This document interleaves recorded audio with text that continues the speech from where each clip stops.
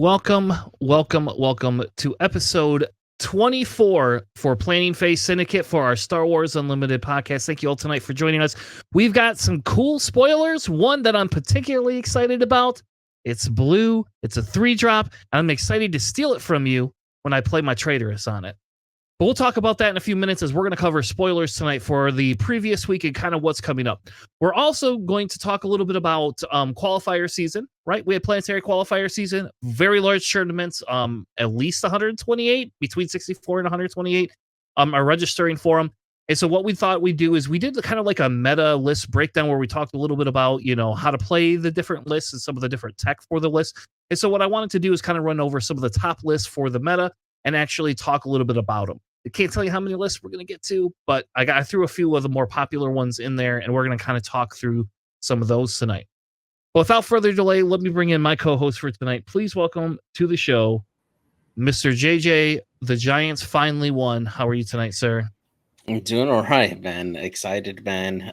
They had a great game today. I have been, however, itching to play SWU. Got a couple of tournaments coming in, prepping for the new sets that are coming up soon. Some of the new promo cards that they have out there look pretty great so far from what I've seen. So can't wait to add those into my collection, man. Awesome. Also joining me on the mic today is Alex, the Benchwarmer. How are you doing tonight, sir? Oh, I'm doing okay. Got the next week's like our finals for our little league that we were running, so I'm excited for that. Currently tied for first, which is a little bit frustrating. But it's really fun league, so excited. Awesome. Yeah, it's always exciting to be able to do that, and you got to wrap it up. You got Planetary qualifier season coming up, and after that, we got set 3 dropping, and there's some exciting news. And I guess let's just talk about the exciting news because I don't care about this weekend. I guess I just want to talk about exciting news. They had an announcement, and it was from a European Asmodee rep, but they have an announcement that basically said we should be able to buy our stuff a week early. So instead of the release date, if you go to a pre-release event, rumor has it that they're going to let us buy all of our stuff early. That's awesome. So I like it. I think that people have just been purchasing it. Some stores are breaking street dates, so they're probably just like, why do we care? I don't know. But it's exciting to me because the best part about it is, like, if I order a case, now I got to take that day off, go in, open my case so I can sort through what I need. And then when I get to when I go to all my pre-release events, I'll be able to, do a whole bunch of different stuff. And I'm also cheating, subbing all the cards that you got. No, I wouldn't do. I don't do that. No. I guess you could if you were smart enough, but I don't know. Do that. Like, it just seems like you're breaking the point of the game, though, right? Like, the whole point is to play a sealed. I like sealed actually a lot. It's my favorite format. And this says it's going to be even more fun because it's Clone Wars. And so, like, for me, this is like nostalgia heaven to some extent. I just love the Clone Wars. I love some of the things. And if I pull my favorite legendary or my favorite leader, I will be playing it no matter what. And that's what my son said too. He's like, if we all pull Mauls, we're just going to play Maul, right? And I was like, yeah, we're just going to play Maul. I know we're going to lose, but we're going to play Maul. That's what we're going to do. But I'm excited. That was one of the big announcements that they had, is that we should be getting our stuff early, or allowed to purchase our stuff early if they have it in. So I'm hoping that means that there's more product too this turn. Though I will be honest, like, I've seen product in the wild. It feels like there's more product out there. Yeah, like I have 9 boxes still, like, at my home store, and then whatever we saved aside for OP. Okay. It feels like because we got in like another 7 to 8 boxes or something like that too a couple weeks ago, and like, so we had a few people that came in with some late orders, so we filled those, and then we just held everything else for OP, and then we put like a box on the shelf and just let people buy 4 packs out of it at a time, and just said, this is what you get. But yeah, I don't know, it doesn't feel as bad. And like, now they're gonna have set 1 re-releasing too, which is gonna be sad because I want to know, they haven't said yet, but I want to know if we're gonna get a Vader or a Luke actual, like, showcase. Because, like, what that means. People are going to then buy up all these set 1 boxes, which will be good for me because it'll drive the cost of Vaders down. I need to be able to get some Vaders again at like not $50 a pop. I want 3 more Vaders, but I don't want to pay $50 a pop. I like the $20 legendaries we got right now. Yeah, that's too much, man. Yeah, it's too much, man.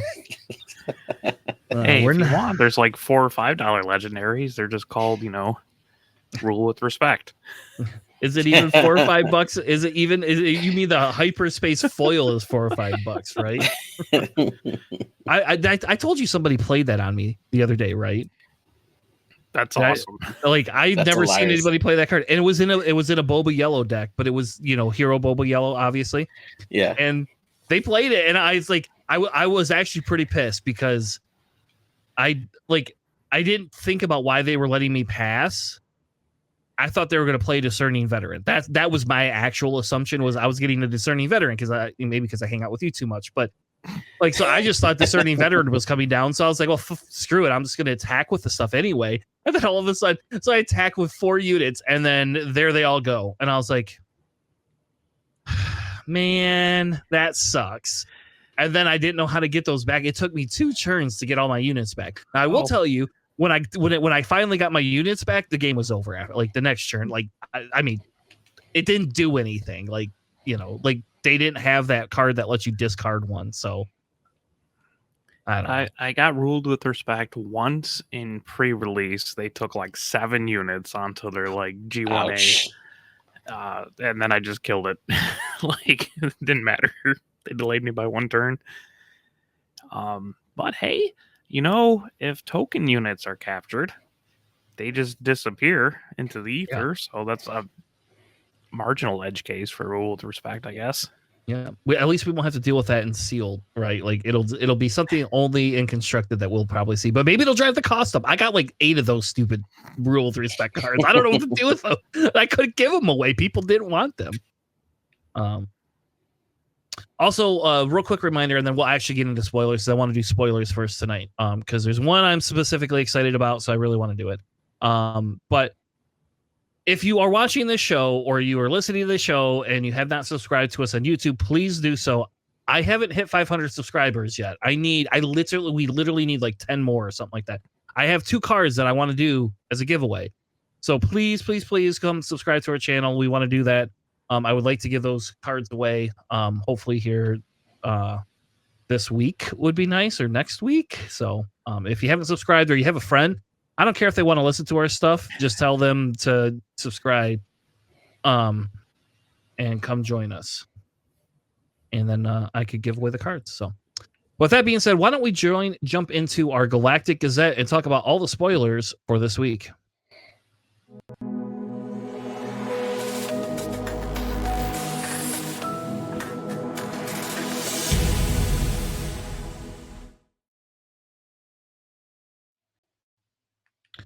All right, welcome to our Galactic Gazette. Thank you all so much for joining us. We have a fun time tonight. We have some new leaders, so we're going to go over the leaders first. I'm changing up the order, and I'm not doing what I did last week. This week, I'm just going to do leaders first, and then we'll go from there and do other stuff. So who wants the first leader, JJ or Alex? Which one do you want? I'll take this one. So first up here, we got a Mace Windu, a leader that I am actually surprised that it took until set 3 to actually come out here. But he is a red heroic unit. He reads action, spend 1 resource and deal 1 damage to a damaged enemy unit. Then if it has 5 or more damage, deal 1 damage to it again. And then on his ground unit side, he comes in at deploying after controlling 7 resources. Comes in with 5 attack, 8 health. Reads Force Jedi Republic, and his ability reads: when deployed, deal 2 damage to each damaged enemy unit. Which is particularly really strong, especially if you need to start controlling the board on the other end. If you're able to deal damage across the board to your to your opponent's enemies, and then drop this Mace Windu, it can do quite a bit of work there. And then right next to it, we got Mace Windu's lightsaber to go with it. It's a 2 resource red and heroic aspect that reads: when attached to a non-vehicle unit, when played, if attached unit is Mace Windu, draw 2 cards, gives 2 attack and 2 health for it. And note, you can equip this on the regular Mace Windu card that we got way back from set 1. And this is just a great unit. It offers a lot of power on there. Pretty straightforward. The leader unit, when he gets deployed on there, he's just a 5/8 that deals that 2 damage right off the bat there, that initial like big boost of damage out there. And that's all you need. He goes out there. He's a really strong unit for what he offers there. And when when you added that Mace Windu lightsaber on there, being able to draw 2 additional cards at that point can be really strong to draw out more powerful units at the same time. Overall, really solid leader. Yeah, I guess. I don't know. His when deployed is a little bit kind of lame, I guess. I mean, there's stuff like the grenades and all that kind of stuff that do damage, but if they're going super wide, they probably aren't already damaged because they'd be dead. Yeah, the battle droid tokens, I mean, they're 1/1, so they'll die easy. Clone troopers are probably not 1 damage, right? Especially if you are playing a hero deck like Mace Windu, you don't have typically the battle droid, so they're not going to only have 1 damage on them or whatever. So that's it's cool, I guess. Like, extra damage out of nowhere isn't bad. It's just a little bit kind of lame. But he does have like Vader leader stats, and that's pretty cool. Yeah. His normal action is fine. Like, I feel like that's a lot more useful than his when deployed. Because, man, just doing 1 extra damage is usually very, very strong, coming from a Palpatine player, right? Where you just are able to finish off something with the 1 damage. And, you can, if you spend the resource to do 1 damage to something and then bring out Mace Windu, and it's like 3 free damage, which is kind of cool. But, yeah, the when deployed is a little bit underwhelming, but he does have really good stats to back it up. Yeah, I don't know. I'm kind of in agreement with you. I don't feel like, I mean, he comes out on 7 resources too, right? Like, I mean, if this was a 6 resource leader, I would be like, all right, hell yeah, like I'm all in on that. 5/8 on 6, that sounds good. I don't know. This just doesn't feel like it's going to be that impactful. I guess we don't know. I mean, and in fairness, it is nice that, you can flip and then just do damage to damage units. But I don't know. Like, I've played enough SWU to know that people play around certain abilities. This ability just feels super easy to play around, I guess. Like, oh no, you're going to do 2 more damage. Like, if I have a unit out there, I'm going to swing with all my units first. I don't know. I'm personally not super excited by this guy, I guess, right now. Maybe there's more cards that will come up, and I don't know. I'm not super excited. I don't think he's bad by any means. I think he's pretty solid. It's just like, you kind of compare him to Vader because they have the same stats. They come out on the same thing. It's got the same color.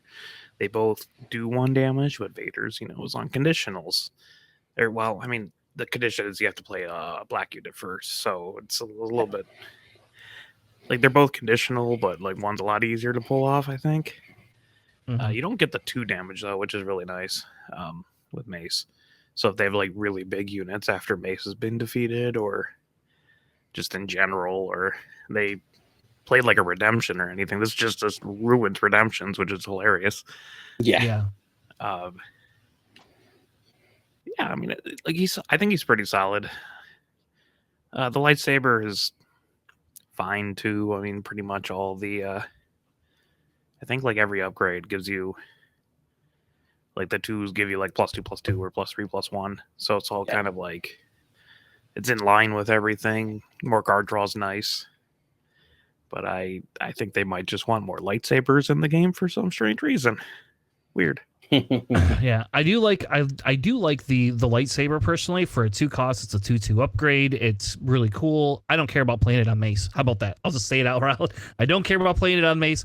A 2/2 drop that gives extra thing it's not over curve. It's cool. I like it. I like that they even use the purple, so it's even better. Well, I mean, like, Academy Trading's a 2/2 for 2, and no one plays that. Isn't that just the same thing, except for this is unique?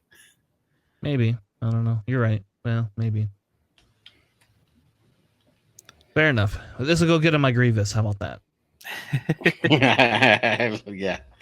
That's why I like it, Alex. Stop shitting We'll on get the to crate. it. All right. Why don't you go over our next leader, Mr. Django the Fett. Yeah, we got Django. He's a yellow leader here. 5 cost. He's a 3/7. His leader side is when a friendly unit deals damage to an enemy unit, you may exhaust his leader. If you do, exhaust that enemy unit. And then he comes out on 5, 3/7 still. He's an underworld and bounty. And bounty hunter, sorry. And when a friendly unit deals damage to an enemy unit, you exhaust that unit. So roughly the same thing on either side. But there's a lot of things that deal like damage to an enemy unit because it doesn't specify combat damage, right? So it's any damage that the unit does to someone else. So it works for like Emperor Palpatine unit or like the Vambrace flamethrower, which would be really, really silly on Django because he just exhausts everyone that he pings with it. Like Kersantin, Migs, anything that's like, oh, this leader is going to be, doing stuff. And remember, Fett's Fire Spray in set 1 also mentions Django. So that can come out there. And then also you can spend more resources if you want to continue exhausting everything. So it's Salacious Scrum. Yeah, I mean, he just does a lot of damage around. Yeah. And just exhausts everything, which is pretty in line for yellow. And he comes out on 5, right? Like he's not. They haven't learned their lesson with Boba Fett. They're now giving us another one on 5. He doesn't have 4 power, just 3, okay. thankfully. But still, I'm excited for this personally. I hope this actually starts knocking out some of the Boba Fetts we're seeing.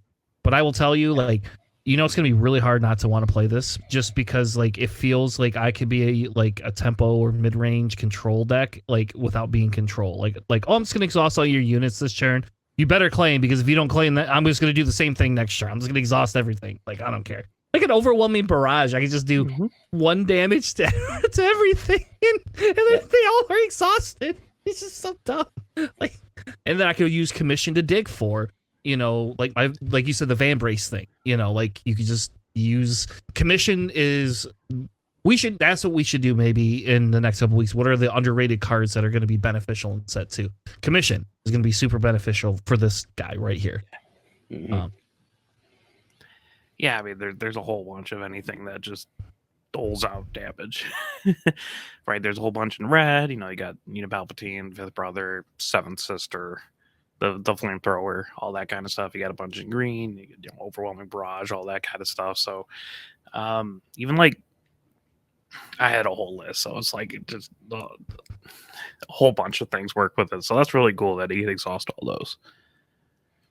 Yeah, I'm excited. I like this leader a lot. I'll be very excited to see what we get for him. So then our first non-leader spoiler is Pau City. It's a 26 health base, and it's basically the opposite. I don't remember the name of the other one, but it's the opposite of the other one. And this one, each leader unit you control gets +1 health. This actually seems pretty good compared. The other one was +1 damage, which we kind of were like, I like this base better. Even for 4.4 less health, I still think in blue this is pretty good because you can heal really easily in blue. Just a rare, so man, once you have one of those, it's kind of lame to open it. That's true. Fine, fair enough. No, but it's okay. Like, if I were playing, I'm trying to think of like what I would play right now that's blue that would actively benefit having my leader having an extra health. Ray. I think Ray, how many times I hold something to just murder Ray? Yeah. You have out of hand 6 damage for Ray. Yep. I literally, if I play against Ray, I play control, so that's why. But yes, I 100% literally dig. I will dig or hold things specifically for Ray. Like if you pillage me and I got a maul, I'll hold that maul. I don't care, just so that you can't heal. But if you're playing mono Blu-ray, do you think the 1 extra health would be worth it? I mean, I guess you probably have a ton of restore, so the difference between 30 and 26 probably isn't the worst. But if you're not playing like a mono blue deck, would there be any incentive for taking this? Like, 'cause I'm trying to think of like, it's not like, Red Han really cares about having the extra health. Yeah, Red Han doesn't. Hondo doesn't care. Yeah, I mean, like it's fine. It's marginal. You're just giving up I 4 health on your base to have 1 on your leader. I don't know. Pelt might. Nah, Pelt probably doesn't care either. Like, I don't know. I guess you're right. There's probably not a million things that like come to mind. I mean, I do think in mono blue, like this with Gar Saxon does work a little bit better because Gar sometimes with that 7 health can easily get killed too. I mean, I'm just trying to think of also like our new leaders. Like, I mean, Maul might want the extra 1 health, I guess. Put him to the 7 health, But it was Grievous going up from 8 to 9 super worth it. I mean, maybe we'll see, but I just I don't know. Maybe there's other leaders like. Because like Blue Kylo, Kylo would like this, but Blue Kylo's kind of rough to play, and I'm just trying to think of like stuff that like Kylo or Fennec or IG, where it's just like, well, the 4 health is a detriment, but then if you add 1 more, it's better, but they still die to like takedown, right? Like, they don't die to open fire. Yeah, Bosk Blue might like this. Sure, I guess that's fair. Yeah, there's a lot of heal in the control Bosk list. Yeah, I don't know. I don't know if Mando cares. Mando probably doesn't give it 2 poops. I mean, I don't know, but that's mono blue again. I'll say Chirrut might actually like this too, but that's mono blue. Yeah, Chirrut, Chewbacca, that's all fine. I get it. It's just if you're not playing like a mono blue, it seems kind of rough. Yeah. I don't know. We'll see. I think we'll see. I don't know. I'm still not unsold on this. I like this a little bit better than I like the attack one, I guess, personally. Now give me a 20 health base that's like dual aspect combined, give me +1/+1. That'd be awful. Just wait, baby. It'll happen. All right, it's also great for twin sons, but yeah. Great for twin sons. Yeah, you have 4 colors. You just take everything. I mean, Pow City also like legitimately isn't bad for twin sons, which may or may not be what it was designed for, because like you do get 2 leaders that get an extra health out of it, and you get an extra aspect, which is really helpful. So, like the Petronaki Arena, right? Like that, it seems more beneficial for twin sons than it does specific here. But maybe someone will find some great use for it. They don't mind. Yeah. And we haven't gotten all the leaders yet, so there could be another leader that comes out. We just don't know that might pair well with this. And blue's the healing, right? So you get a lot of restore, like healing base. You got vigilance and all that kind of stuff. So yeah. The 4 might not matter, but like it's only 1 health. Yeah. And you still lose to Fel, or not Fel Dragon. You still lose to the Rivals Fall anyway. So it doesn't. I mean, you just. You say that about literally every card. Yeah. So I mean, I don't know. Like I am excited for it. I do think in blue it hurts less than the green one does, personally, but I don't know. We'll see. Let's go on to the next ones. Alex, which one do you want? Man, I gotta take Bloodsport. All right. Great movie. It is it's a 3 costing red event. And just 2 damage to each ground unit. Simple, effective. We're going to remove all the tokens on the board card right now. And it's cool. Like, it's always a weird balance, right? If you're printing stuff like token units, if you want to like have them really good, or have a card that just kills them all, so token units just don't exist in the set, right? So it's like it's a tough balance. So we're gonna see how useful it is. People are going really, really wide with token units. More people are gonna play Bloodsport, and then when more people play Bloodsport, all the token decks do terribly, and they switch off to something more useful, and then Bloodsport's not useful, so it's going to be a weird cycle. Yeah, I mean, think about it this way too, right? Like if you think, like, I think Scanning Officer is like insanely crazy good, right? Because people are running Smuggle right now, but not everybody's running Smuggle. But people are running Scanning Officer, and people are still running Smuggle. Like, I mean, the Han DJ combo, like you could just kill this with like Smuggle Lando. You could kill Lando with Smuggle. Kylo, you could even Kylo hate Smuggle. I don't know, like it doesn't affect Sabine, I don't think, as much, but still, like, so I think this will be a slept on card. Personally, I think people are going to sleep on it, and then it'll be like a few of us that'll be like, no, you should think, if you have red, you should just include this. Feels really good in Pelp Red, I can tell you that. I mean, it also feels really good with Mace as well, right? You know, you drop this before he comes out, you automatically, you know, have the requirement for his ability to trigger. So, you know, you can really clear the board just dropping this before you have you deploy your Mace. Yeah, for sure. I mean, this is a good way of just doling out a lot of damage real quick.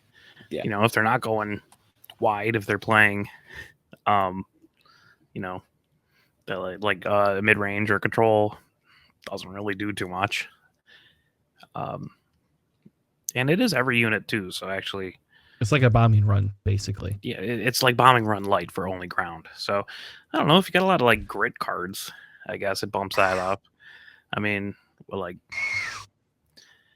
if you're running a bunch of Wookiees, right, and if you're doing like a blue-red kind of Wookiee thing, you can pump up a lot of them and also clear out a lot of tokens all at once, which would be kind of cool. Also works well for Maul too, because Maul's got Overwhelm and gives Overwhelm. Anything with units, Overwhelm. So. Not sure if you could build like a deck centered around Overwhelm, but you know, we'll see the set. But it's nice to have like also like an actual counter to token units if they do end up like spiraling out of control. It's nice to have a board wipe essentially for it. So yeah. All right, JJ, which one do you want? So I definitely want to do Kit Fitz, though. He's a 6-cost red aspect, comes in with 7 attacks, 6 health. He's a Saboteur and comes in with a Coordinate on attack. It may deal 3 damage to a ground unit. This can potentially have a pretty high ceiling. It really depends on you getting that Coordinate off. But if you do, having that extra 3 damage when you attack is really, really strong, especially for a 6-cost. Definitely he's going to see some play. I think that if you're able to have a lot of units out on the board, I like to set this his attack up. It could be really, really good. But yeah, I think this is definitely a strong card. I mean, even just on its own, if you're not able to get the Coordinate, just having a Saboteur with that high amount of health, you can deal some serious damage to a base. So definitely, I think it's going to be a pretty good include for a lot of different red leaders. Hey, I'm Sabine. I just got a 10-6 Saboteur that I can now ECL out onto something if I want. And mind you, it's not heroic aspect either. So you can have this in a dark side deck too. Yeah, what did Kid Fisto do to deserve that? Game balance? It's the creepy smile. That's what it is. It's the horrible artwork. How about that? So like it's roughly comparable to something like Seven Sister, right? Where, you know, Saboteur, if you do damage to base, you do 3 damage somewhere else. This one's Saboteur on attack. If you have the Coordinate, it's nice, but 7 attack is really, really good. Yeah. For a 6-drop like that, especially with Saboteur. Like you just hit everything. It's scary. And you know, more red cards doling out more damage like that, right? So like, you know, if it doesn't kill something, like, you know, he's just killing tokens if you want him to. If not, like 3 damage, something to scoff at, especially if you have something to amplify the damage like Mace Windu or I'm blanking on other ones. Also, it just says ground unit, so it doesn't have to be your opponents. So if you do have something more grit based, like Blue Chewbacca, right, like the end, the most recent Chewbacca, just grit him up on 3 and then have him go to town. Yep. Or, throw in a couple desperate attacks. Those are red. Just increase the power even more because they're damaged. Just go hard. Yeah. I just think that Saboteur is just so because the Saboteur is not coordinate dependent. So yeah, it's really scary. It's like Zuckuss is kind of a house anyway, just because he's a 6/6 with Saboteur. This thing's a 7/6 with Saboteur. Yeah. Where's the scaling on that? Now it's and it has a special thing, and it's not a legendary either. Like this crazy, right? This does feel closer to a legendary status. I don't know if this is. I guess I don't know. Wrecker's not legendary either, right? And Wrecker's really good. So, all right, let's move on to the Elite P-38 Starfighter. It is a 3-cost 3/2. When played and when defeated, you may deal 1 damage to a unit. I think that's pretty good for a 3-cost. I like it. It's not Sentinel. I like the artwork on this one too a lot. There's a capital ship in the background, and got that rogue starfighter. We know maybe we're gonna get an IG-11 or an IG-02 or I don't know what were the other ones. That it's a Clone Wars set, right? If they go back to the first movie, they can have Dirge. Wasn't he in the first one? Yes, technically, yeah. And maybe we'll get Dirge. Ooh, that'd be fun. Yeah, that'd be exciting. The coolest looking dude. Hell yeah. This it doesn't seem too bad. It is a little bit rough that it's regulated to a unit, but it's also when you play, you just ping something, which is nice. And then you can swing into something with 4 health and kill it with it. Just ping the unit you swung into, right? Yep, and then ping something else. Solid. The 2 health hurts. Yeah, but it's not the worst. And also Grievous can give him. Is it a droid unit? It's not a droid unit. Never mind. Droid. Tragic. Never mind. That would have been cool to give it Sentinel and then just ping things on the way out, but never mind. Yeah. We're not that lucky, Alex. That would be a really good card for 3 costs. I would enjoy the hell out of that. All right, let's move on. Alex, which one do you want? I can just take 2 at once, right? Sure. Yeah, that's fine. They're the same one, basically. So you got a Phase 1 Clone Trooper and a Phase 2 Clone Trooper. The Phase 1 Clone Trooper, they're both just pure heroic aspects. The Phase 1 Clone Trooper is a 3/2 for 2, and the Phase 2 is a 3/2 for 3 with ambush. That's it. Republic Clone Troopers on all of them. Just your basic little Clone Trooper gumbies. Yep. And you throw a bunch in your deck. JJ, which blaster is Phase 2 Trooper holding? That looks like the DLL or DL-44, right? But wasn't that a sniper? I thought this was like an EL-11 or something like that. That's what that reminded me of. Isn't that Imperial though? The EL-11? Isn't the DL-44 the hotshot blaster? Oh yeah, you're right. DL-44 is the hotshot blaster. I actually know that one. Yeah, good call. I don't know, man. I'm sure I've used that at some point in the original Battlefront. I was gonna say they're in there, so or maybe it's an A300. I don't know. But yeah, like a 3/2 for 2. It's not a Battlefield Marine, but it's usable in every heroic deck, right? So if you get a lot of Clone Republics energy, there you go. You got your basic runs. Yeah, and this works actually Hunter loves this. Hunter loves these things. So, all right. Why does Hunter love them? Well, because now, now they're clones, and now they're easier to start pulling things out, right? And Hunter's still unique stuff. So that's right. Yeah. So he hates these. He doesn't necessarily hate them. It's just also the 3/2 ambush for 3 isn't terrible. The clone, the Cloud Rider is better because if you're ambushing something, but that guy can ambush into a droid and still be totally fine. That's true. Yep. Yeah. So it's not unplayable. That's what I'm trying to get at. Yeah. It's okay for, I don't know. All right, JJ, what is the next card? All right, next one here is Twice the Pride. It is a double red aspect card, and it reads, when played, deal 2 damage to the attached unit, and it gives 4 attack.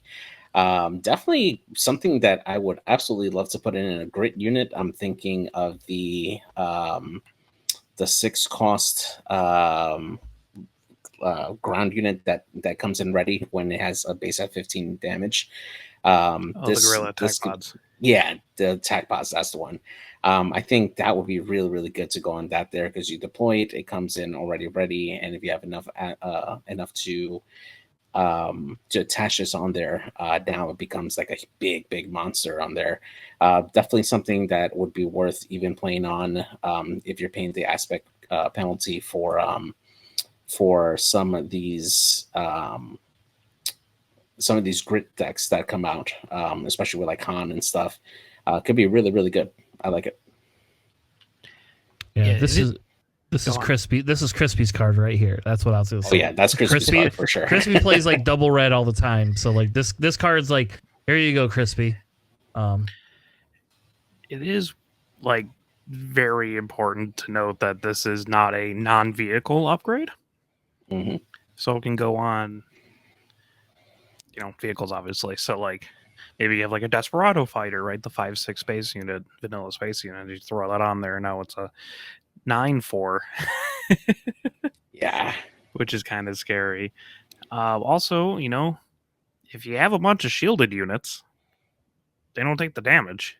They just lose the shield. And then you're just giving a shielded unit like +4, which is really good. Like overwhelm characters as well would love this upgrade if you're able to get it. Yeah. Oof. Maul unit or leader. Yeah, this Maul unit too. You give the +4 and hit everyone. So this is really cool. I wonder if it's worth it playing it out of aspect for 4. That's the real question to me. I think so. I think later in the game, when you have fewer options to play out of your henge, it's definitely something I would definitely consider paying for. It's, to me, it's about the same as paying for a smuggle card. It's still really good. It just gives that big spike of damage that you need, that could potentially just kill base straight out. And does this make Kira better then? Like, what Kira hits for? Ugh. I was gonna say also, if you're playing Red Palpatine, spending 4 resources and now Palpatine's an 8/8 is kind of funny to me. Yeah. But again, I think there's a bunch of really cool interactions if you have shielded units, or especially like vehicles, because you don't get a lot of upgrades that are also compatible with vehicles. So it's very curious if people are leaning less into space, if this will like punish them for doing something like that.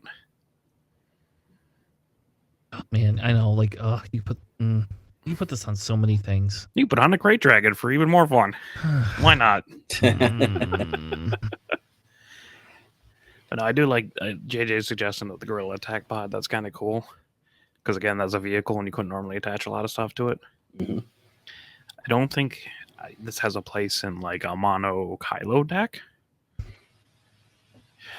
Just those are already a little bit too fragile with their health anyways, if they even have more than 2 health. Yeah. All right, let's move on to the next set here. I'm going to do On the Doorstep. It's a 4-cost supply card event. Create 3 battle droid tokens and ready them. I like it. It's cool. It's fun. We talked about before, how are we going to spawn droid tokens? Well, there you go. There's a card for it. It's nothing fancy. I personally feel it's a little overcosted, but we'll see, I guess. I'm not sure if it's overcosted. You get to swing in for 3 and then sack them all with exploit. Just out of a 4-costing card. Yeah, that's true, because then you get the discount. You get 6 discount on something else. Yeah. 6 discount and 3 damage in their base for a 4-costing card. Doesn't seem too bad. Yeah. Doesn't seem overly standard either. I don't know. I like it. I think it's going to be super good in draft, though, or sealed. Like, for pre-release, like, this is a great card.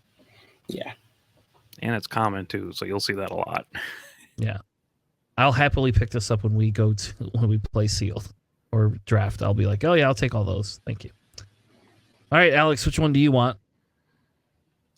I think JJ wants Equalize, so I'll take Admiral Yularen here. Thanks. So Admiral Yularen has the heroic aspect. He's a green hero. Costs 3.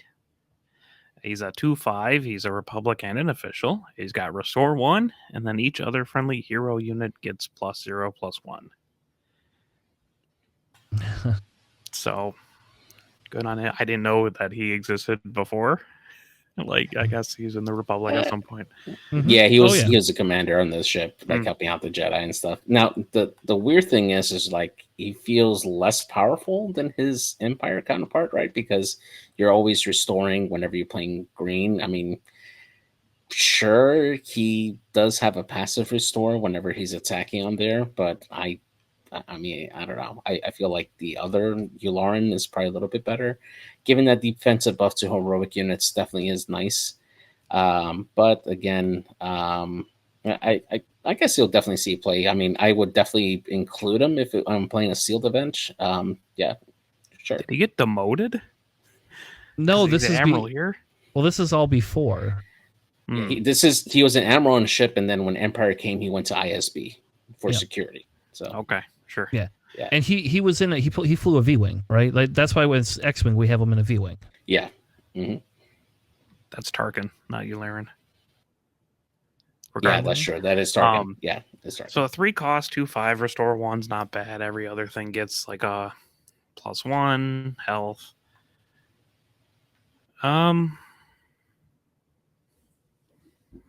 Yeah, I mean, it seems okay. It's whatever. I'm just trying to think.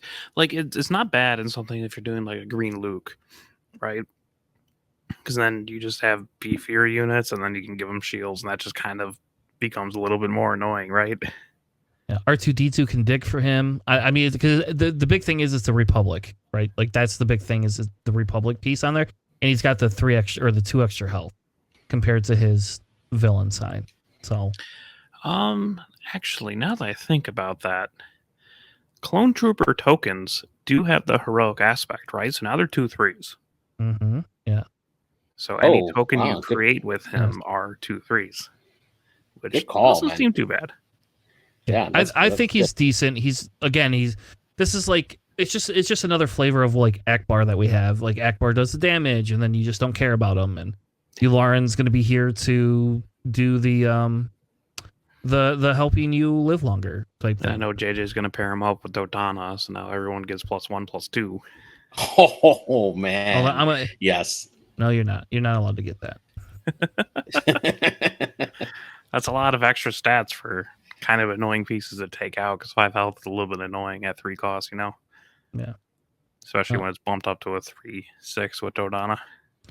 Yeah. Now the funny thing is just kind of like and people, I don't think people realize it sometimes, but like it's the same way as we have Veers in Empire, right? It gives everybody that plus stat. And then you overwhelming barrage, you just kill him first, and then it takes the +1 off of everything. Like you just so you could do the same thing here. Like he just has a lot of health, and that's the problem. That's now the my biggest Echo-based problem. defender is a 4/4 instead of a 4/3, and that's more difficult to out. I have to 2-for-1 it then to even get to him. Yeah. All right, JJ, what's the next one we got? All right, so we got Equalize, definitely one of my favorite artworks for this, and I'll expand in a minute. So it's a 3 cost, double blue aspect. It reads, give a unit -2/-2 for this phase. Then if you control fewer units than your unit's controller, give another unit -2/-2 for this phase here. So it does offer a little bit of control here for what it can offer there. Definitely the big benefit is just ensuring that your opponent has more units for you so that we can get the maximum use out of this particular card. Could be pretty good on mono blue decks. I could definitely see this working really well for Rey or for Kira, just being able to have that option to reduce the power in some of your opponent's units there. Could be definitely really good. Now, the artwork on here is really great because this is from Season 4 of Rebels, where Sabine goes to destroy her her own machine that destroys Mandalorian armor, and she's standing over the downed super commandos on there after she changes the frequency of her own weapon on there. So I absolutely love the artwork from that particular scene. It's pretty great.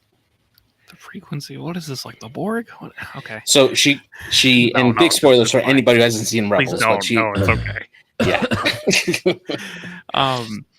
You know what's okay? One, you have to make sure that the unit you give -2/-2. If it dies, you have to make sure they still have more units than you, because it is a den. So you could do an opposite order if you want to ensure that they have more units than you. Also, so tragic that it's not like a Spectre card. Because I think it'd be really interesting to give Hera like double aspect cards that are Spectre, where she doesn't have to like pay the extra penalty for that. I think that'd be really interesting design space. Yeah, but I think it's solid. Go on. I'll say we get that with Carabas, right? Like Carabas is like the one Spectre card. Not that it is super great. This card's a lot better, I think, than Carabas Mark is. The Rebellion is a Spectre card. Yeah.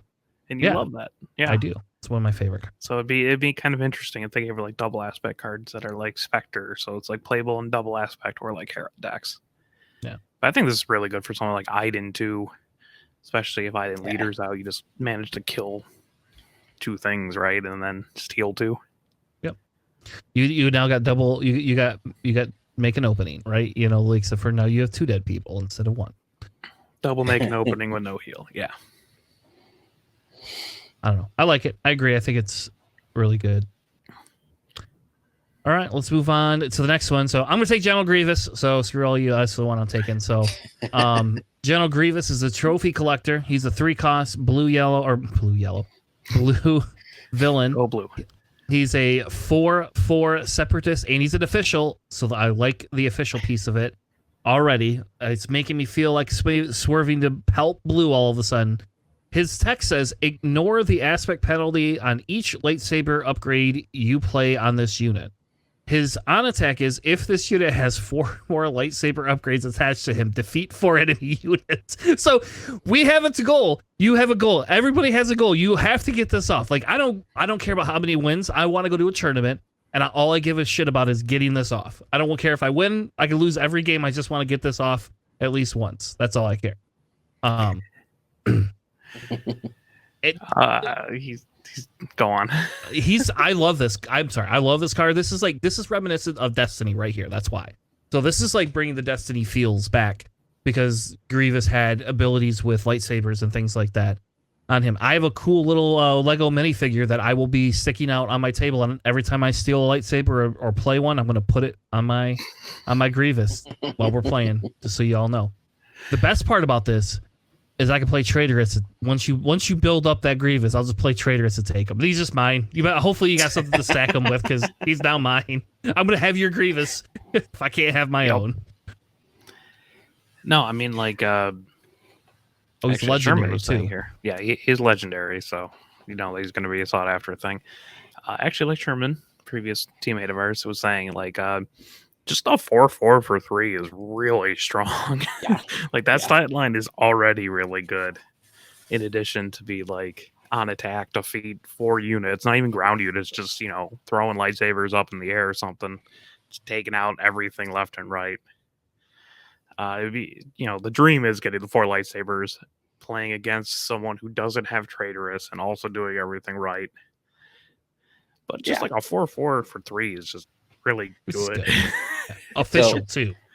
Yeah. Honestly, like if I'm running General Grievous in my deck, I'm also running Evidence of the Crime, because you can essentially steal your opponent's equipment from them and attach it to Grievous if you have that. So if your opponent's playing some of the new Jedi that's coming out, or they're playing a Luke Skywalker and Obi-Wan, and they put out Luke's lightsaber on there, you can steal it and put it on. Steal Vader's lightsaber, put it on. You could put Darksaber on this and ignore the aspect penalty. You can't do Darksaber because it is 3 or less. Yeah, but you could do everything. No, I mean, I'm just saying, like in general, like out of hand, like play Darksaber on Grievous and ignore that aspect penalty. So yeah, it's definitely really good. It will definitely suck. Darksaber's not a lightsaber, so you can't. You don't ignore the Oh, aspect. really? Oh, Yep, not a man. lightsaber. Oh, that sucks. You know it's not a lightsaber. I completely missed that. Yeah. But I get where you're trying to go for. Like, Dark, you got Vader's lightsaber, you got evidence of the crime, you got another card that we're going to reveal pretty soon. Yeah, he's just a bunch of really cool stuff. And then also, as Crispy was saying, you can also, if you have Vader unit, pull him out on Vader unit because he costs 3, or the Bounty Hunter's Quarry. Mhm. So he can come back. There's those raw stats are really good. And then also, he just happens to be really funny. He's not funny. He's very serious.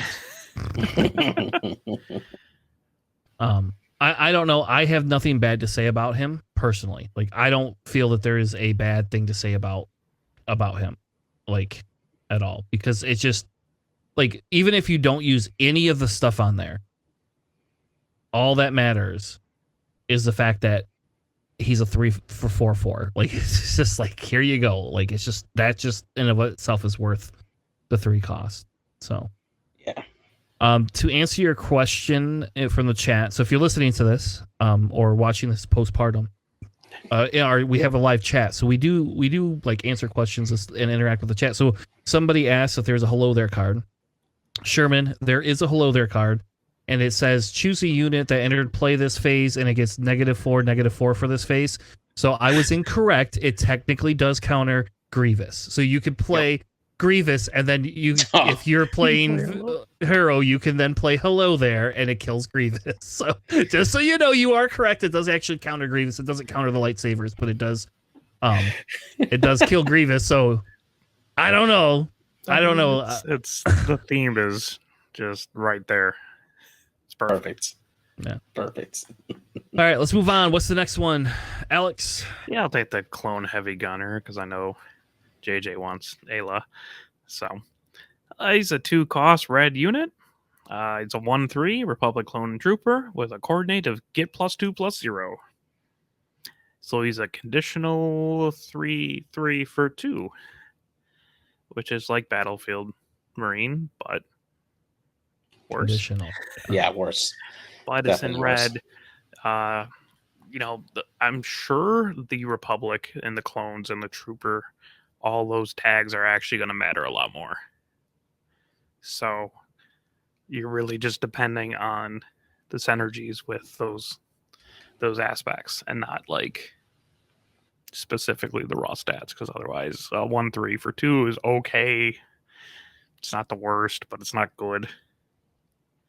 But if you have a lot of coordinate, 3/3 is nice. And as Matt was saying, it actually does work pretty well with Rey. If you don't have the coordinate. If you do have the coordinate, then it gets the 3 attack again. So it's early. It's good for early Rey, because unlike Raid or something, that just doesn't want its attacks. It does get the +X. So it seems okay. Totally serviceable and playable. Really banking on the tags that it has. Yeah, I mean, I could actually probably fit this into my Red Han deck. You can easily get a lot of cheap units out there, and all of a sudden turns into a 3/1 if you played with Han's ability. Could definitely some use in there. I'll probably test it out once I get enough of these out there to see if it's actually worth it. But I think there'll definitely be some uses for this unit. It's cheap enough to kind of spam it in mass. So yeah, I don't know. I think the bigger use is the fact that you could play this in villain, and you can get droids easier than you can get clone troopers, and you just have to have bodies on the board. That's true. Like it's just. I don't think this is like a super great card, but whatever. Like it is a common. So, but I bet it looks really awesome in hyperspace, though. Oh yeah, I'm sure it will. It'll look amazing, especially because that clone trooper pops on it. So I don't know. Whatever. This card's whatever. Like, to me, I think this would be better in villain, personally, just because you could have droids, or I don't know. That's just me. It could be. Matt says it works with Rey. Yep, that's very true too. You could buff it, and then it gets its coordinate no matter what. I just think this thing's gonna die. Like, I could play a Follower of the Way, and how much is that? 1? Is that 2 as well, or is that a 1 cost? The 2, yeah. Okay, so I mean, Follower of the Way becomes what, a 3.5 or something like that once Ray upgrades it. So, so it's a lot. That one's easier than this one is to get off, in my opinion. But we'll see. Maybe they'll have a base that comes out that, like, I'll let you just start the game with clone troopers or droids or something silly. Yeah. All right, JJ, you can have Ayla. Let's go. All right, so she's a 5 cost green and heroic aspect, coming in with 6 attack and 5 health with Force Jedi and Republic. Her ability reads: coordinate on attack, prevent all combat damage that will be dealt to this unit for this attack.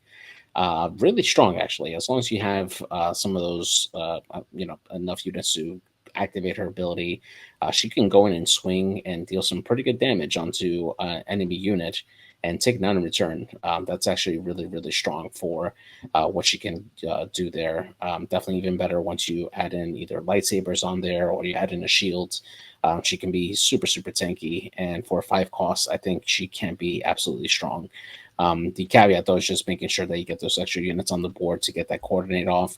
Otherwise, she kind of feels a little okay. I mean, 6 attack for 5 costs is pretty good, but she probably just gets better as you get more units on there. It works really well with ECL. If you got the units out, I don't know what to say. Yeah, that's true. They should stop making ECL base. Just let us timely. Yeah. She noticed that she's not a Twi'lek tag. Isn't that weird? Yeah, that is weird.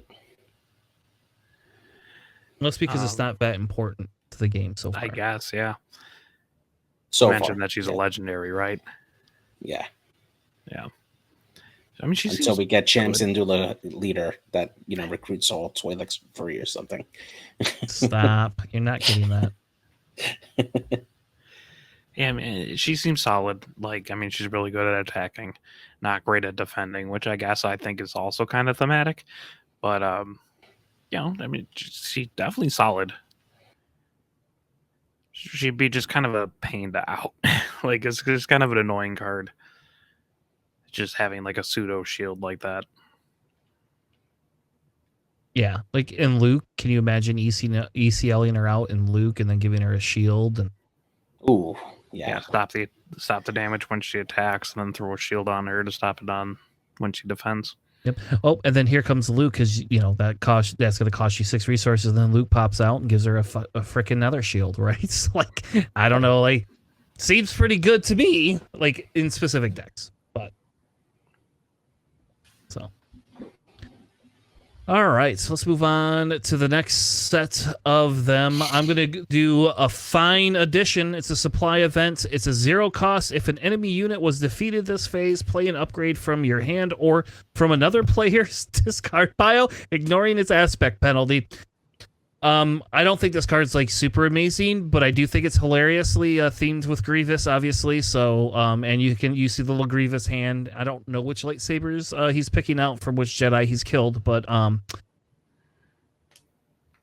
if I kill your Sabine and can play that Darksaber from your discard, that seems pretty awesome to me. So 4 cost Darksaber. I like how about this? I like the idea behind this card because I feel it's giving us some space that we haven't like 100% played in. You're now able to start taking stuff out of people's discards. So it's helping you reoccur. I think this is going to be pretty good personally.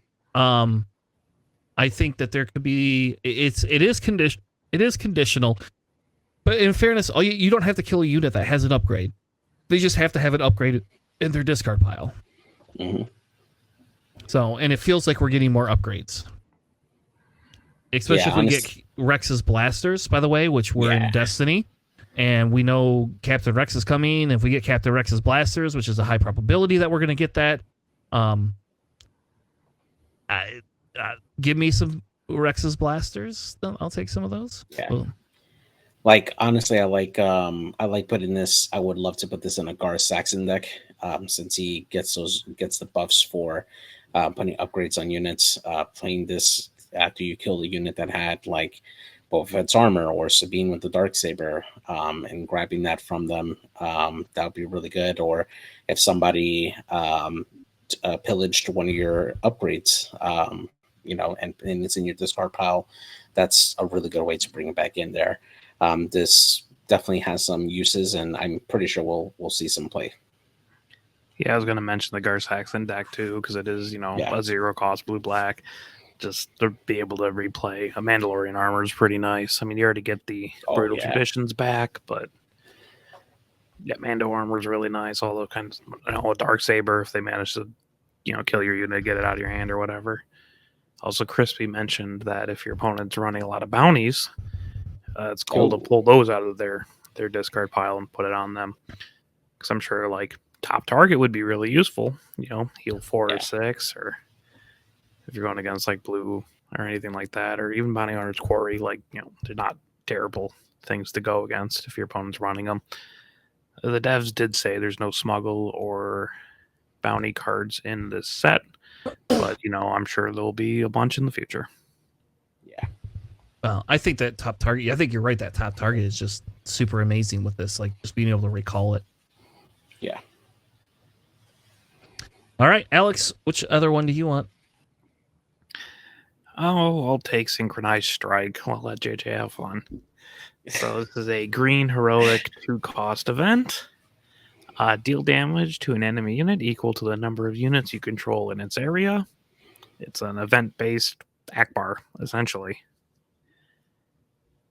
So if you're going wide, you pay 2 to just dump 3, 4, or 5 damage into something. Seems pretty nice. I like it for space too, because space is a little bit more narrow. So if you have like a couple space units and they throw down like a Black Sun Starfighter, right, you just synchronize strike and kill it right out of the sky. Yeah, I think it's solid. It's an uncommon, nothing crazy about it, but again, if you're going really wide, that's just a good way to out a unit.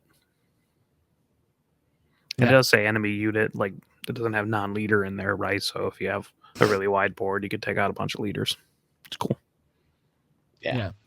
It's nice seeing some of these cards because like sometimes you get worried a little bit with like some of the power creep of some of these other things that are coming out, and like something like this helps with that. Though this is only hero, so on that it's not like a surprise strike, which is neutral, but I don't know. You're gonna hate. I got all these clone troopers out, and you got a bunch of droids that you no longer can exploit any longer. So, all right, JJ, why don't you do the last one? We got Clone Commander.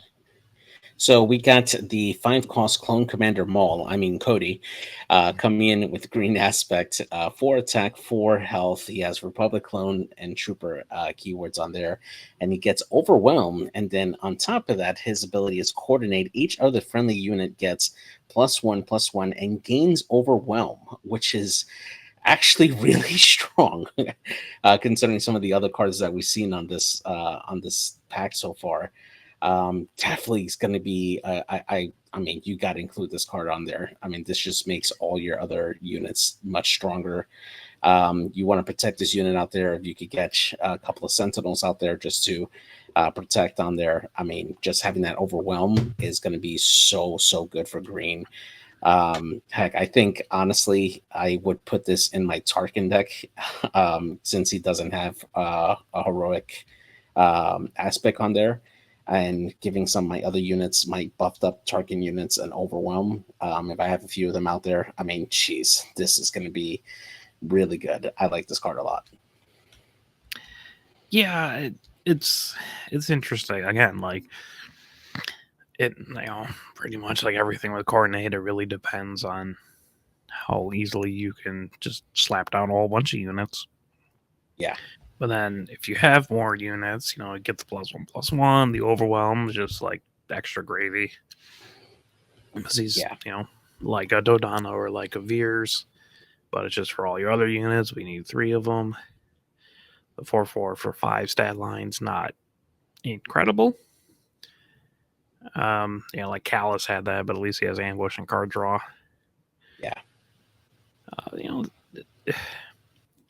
I don't know. A lot of people are saying this is like an incredible card. I think it's good, but it's really like depending on like your ability to like, I don't know, get a Sentinel out there so he doesn't die. I don't know, there's just a lot of things that like the 4 damage, the 4 health is just like at a tough spot if you're going against something like red, right? When they have like open fire or force choke, or blue, you got like takedown,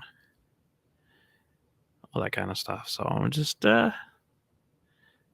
he's just only a heat magnet, right? So like you basically have to kill Cody, or things start running away from snowballing. Yeah, exactly.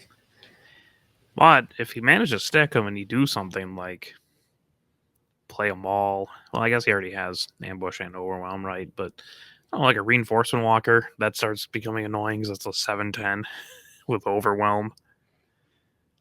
Yeah, exactly. I mean, honestly, like one of the best aspects for this too is that when you start factoring space units, being able to give space units overwhelm right off the bat can be really good. A lot of times you'll see people that play like a Bright Hope or something, and that has that Sentinel piece on there that you can overwhelm on there. Or heck, even when you have if you play this on a deck that has the lurking TIE Phantom that can like really push in a lot of power. Having this available, having that TIE Phantom available with the overwhelm can be super powerful, especially if you have other like cheap units available that your opponent can't quite kill so as fast. It could be really strong, even if it's just for a single turn. It could really tip the balance in your favor. I mean, even like just the Marauder spaceship. They're talking about it. It's got an ambush now. As ambush, and it's a 5/6 with this and with the overwhelm. Seems like not too bad. So it's really like, again, it's just a heat magnet, right? So you have to do something about them. So if you really want your opponent to invest a lot of resources in getting rid of someone, and you're not going against a control deck, that would take it out super easy. Yeah, it's not too bad. All right. Well, I think that ends the spoilers for this week. Pretty sure we don't have any more. Nope, don't. So, some exciting cards we had come out. I don't know. I like the stuff. I thought it was pretty cool. Nice to see some weird, kind of newer, niche-y style things, and then kind of get some buffs. I like my Grievous, so just gonna throw that out there. I'm gonna have to have him in a hyperspace foil, right? Like, hell yeah. And maybe 3 of them. Jeez. Unless they're like $50, then I won't. Yeah, I mean, 4/4 for 3 is really good stat line. It's probably going to be expensive. You still have a Jabba to trade, right? Yeah, I'm not going to trade Jabba for that. I'm good. I'll just have regular for that. Now, I have a Jabba for trade if you got a Maul showcase. Just saying. I will happily take that. All right. Well, why don't we move on? The other thing I wanted to kind of cover tonight, because we have Planetary Qualifiers coming up, and I think it's really important. And I think last time we did this, we did do this last time. I think around the time that we had Store Showdowns come out, and we did kind of like a set 1, how to beat the current meta. And I'm not saying that we're gonna go and make sure we can beat the current meta, but what I'm saying is I feel that we can have an honest conversation. That we can kind of talk a little bit about where the decks are. We don't go over every single little card, right? It's like the idea behind this is talking strategy. And I really wanted to have another strategy discussion for the pure fact that these are the decks that we're going to start seeing quite a bit of. So with that being said, welcome to our Academy training segment.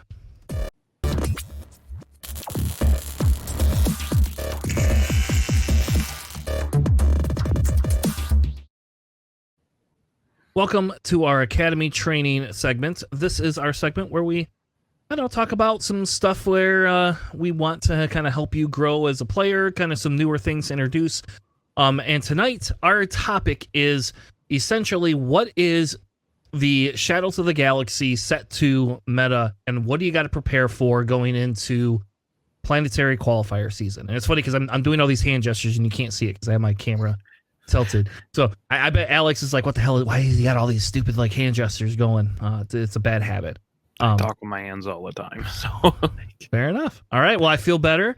I feel better that it's me and not you. So anyway, with that being said, Alex, I don't know. I think I let you kick this off. I think last time we did this, I think I let you kick this off. And essentially what I want to do is we want to talk a little bit about, you know, the different decks. And I thought we'd start with Sabine, right? Because Sabine is one of the top decks that you're going to run into. I don't think it's the best deck in the game. A lot of people do. I do think it's a really good deck, and it has at least a 40% win rate against almost everything. I think that's like the lowest we've seen it win. So I thought we could start off by kind of talking a little bit about this and talk a little bit about, you know, what is going on with Sabine and how it fits in the meta. So I have two Sabine decks.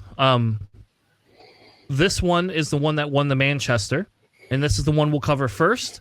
And then we have one that won a Sword Championship this week, and they've changed it a little bit and started tweaking it to add a few other things to it. So let's talk a little bit about the more upgraded set to standard Green Sabine deck that we have. yeah, so this Green Sabine is actually more. I mean, incidentally, it's more Mandalorian focused, but it's not. More importantly, it's a not Rebel focused Sabine. So you got, you know, double R2D2, triple Clone Deserter, double Timely Intervention, triple Daring Raid, triple A-Wing, triple Sabine, double Inspire Your Mentor, double Katsu, triple House Cat Soldier, triple Echo Base, triple For a Cause, triple Sindari Peacekeeper, triple Cassian, triple Fang Fighter, triple K2SO, triple Darksaber, triple Poe, and triple Wrecker. So this is more like, let's stack a bunch of damage and experience. We'll spread it around, just increase the attack, and keep it going with, you know, just having really good quality pieces. Yeah, and a lot of the Timely is a little bit newer, but that Dark Saber, right? So you have your Dark Sabers, and you have your Wing Leaders and your Fleet Lieutenants, and those are your kind of your 3 pressure point cards that you use when Sabine likes to come out, right? Depending on what the board state is. Like, those Dark Sabers are deadly, especially if they have another Sabine unit out. Like, that's super fun to deal with. Yeah, and the Mandalorian based one, right? You have like Sindari's, House Cats, Katsu's, Fang Fighters, you know, and other Sabines, like you were saying. And the Rebel ones, you know, you generally run less Dark Sabers. Just, I mean, 2, you know, 2 as opposed to 3, right? But yeah, you know, the Rebel version is still, you know, very good. You know, you got all that Rebel synergy. It's your classic Green Sabine. So. And so the reason this deck does well, right, is because it's an aggro deck that has the ability to morph, right? So it can hit your base super hard, or it can play a little bit of like a mid-range and kind of like slow down and then just slam things in the end. Set 1, we saw Sabine do nothing but just go face for the most part. This deck goes face as well, but at the same time, they have the ability to not go face it, to take care of some of your units. Poe, for example, and Wrecker, 2 of the big new additions to this deck, right? And then Cassian is like your late game sneaky character, which, by the way, if you play Scanning Officer, you can ruin a Sabine turn 1 play. I'll tell you right now, if Sabine gets Cassian turn 1, they are resourcing that every time, because that is a great game ender.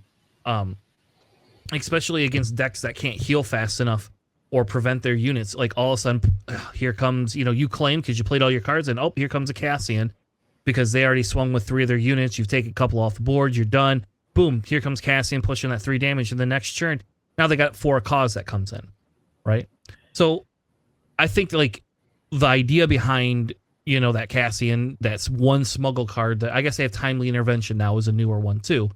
To give them a second ECL, but really it's that Cassian that's coming in saying, hey, hold on a second. I mean, and can you imagine smuggling Cassian out and then having enough resources to play Rebel Assault 2 on top of that? You know, like, so stupid. Yeah, I mean, like Cassian also works pretty well, and like the Rebel version, right? Of it, they run red 3, so now he's swinging in for 4 instead of 3, and that's just a passive. It's not like could have really done anything about that. And if you're running the Rebel version, they also have like the Fighters for Freedom, right? And that also triggers with Cassian because you are playing him. You're just smuggling him in instead of playing him from your hand. So you do an extra damage off of that. So if you have both of those, that's just like 5 damage out of nowhere that you couldn't account for. Mm-hmm. And that is enough to either swing or win games itself. Yep. So normally when we talk about these things, if you think about it, right, you have your control versus mid-range versus aggro, right? And what beats aggro? Control typically, right? Or mid-range. I'm sorry, is it mid-range that beats aggro? It's all over the place with this game, honestly. I like mid-range will like it's hard to explain. Mid-range has a better play into this than the control, and vice versa. And the control is better into mid-range, and aggro is better into control. That's on a high level card game wise. That's what it is.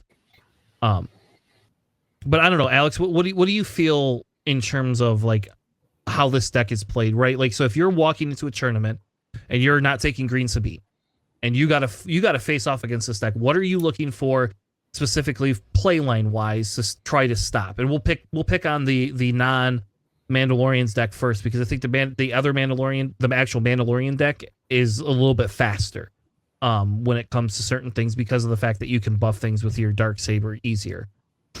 Mm-hmm.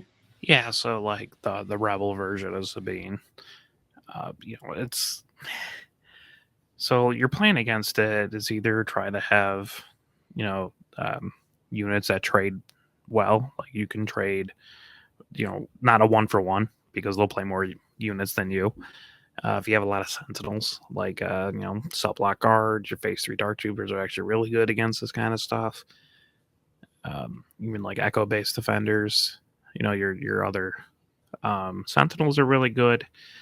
Out of hand damage is actually really nice, like open fire, or like Force Choke is what I've always done. When Sabine immediately comes out, they're holding their 4 resources. They got a Darksaber, just Force Choke Sabine, send her back, and they just get all sad. I've done that a couple times now. It's really funny.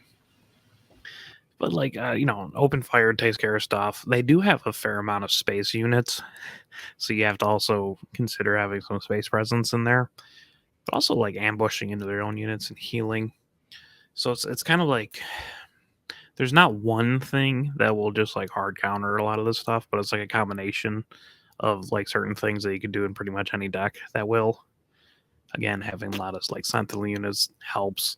Healing really helps. You got Yularen and Crumb, like in our Palpatine decks, right?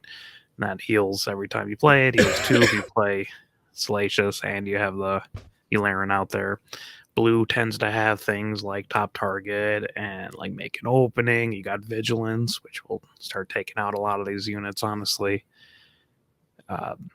So any like restore really delays the game more, which is what you want to do with Sabine. You want to like push past it until you can basically out damage them eventually, because their units that they're playing aren't going to do more than yours. Yep. I think then the last kind of piece of it is if you are playing against them, like what are you sideboarding in, right? Are you going to sideboard in, like if you're running blue, do you sideboard in Vigilance and top target, or is Vigilance almost too slow to play against a deck like this? I mean, I think most blue decks are already playing some Vigilance. Most of them, like the meta ones, are, especially if you're like a mono blue, that helps out a lot more. But like even the client also helps. He's a little bit slow, but still healing 5 is pretty nice if they're not like all gas. For sideboards, the stuff that I have is just like more Sentinels and then maybe some upgrade removal. Also, if they play a lot of units, they tend not to have the initiative, so something like the Star Viper is actually pretty solid against them. You could trade into like their X-Wings, Red 3 A-Wing, and all that stuff, and still heal 2. So that's a really good option. You'll see that actually in like some sideboards for other Sabine decks. Just the edge out a little bit more. Or like the Fang Fighters with the upgrade removal or confiscate, so you can take off a Dark Saber or an experience that they're getting. Is a little bit more niche, but you know, there's a lot of decks that also play upgrades. There's been a lot of times where people next to me have been like, I attached a Dark Saber to Sabine, and they're like, I'm playing the Fang Fighter. Get out of here. Sorry for your resource loss. Yeah. Or also just the out-of-hand damage cards, right? They could always put more of those in there, like more open fires, more forced chokes if you don't have a lot of them, or, your takedowns. Even a couple of Velda Dragons, really, honestly, because of the Wreckers and the Pose.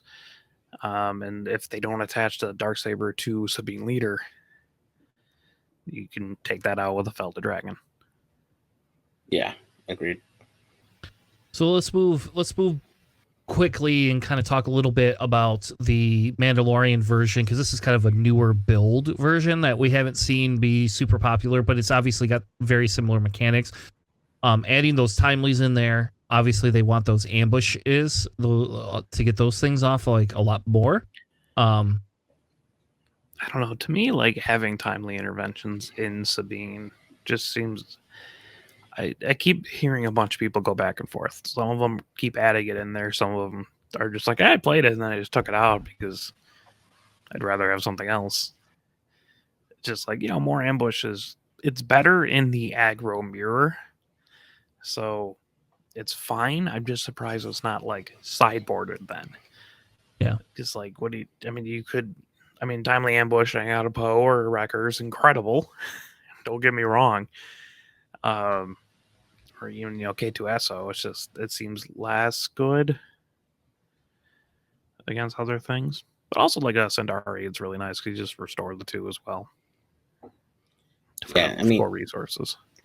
The other benefit for timely intervention too is just, the option to just resource it. If you don't have anything that you want to immediately ambush early on, you can just, grab it later on from Smuggle. You're paying 2 costs for it, but if you have enough cheap units and if you already built up your resource pile enough, then that's enough for you to bring in a unit in for ambush if you really, really need it, if you start falling behind on the damage race. So just having that as an option in your deck, just for those just in case moments.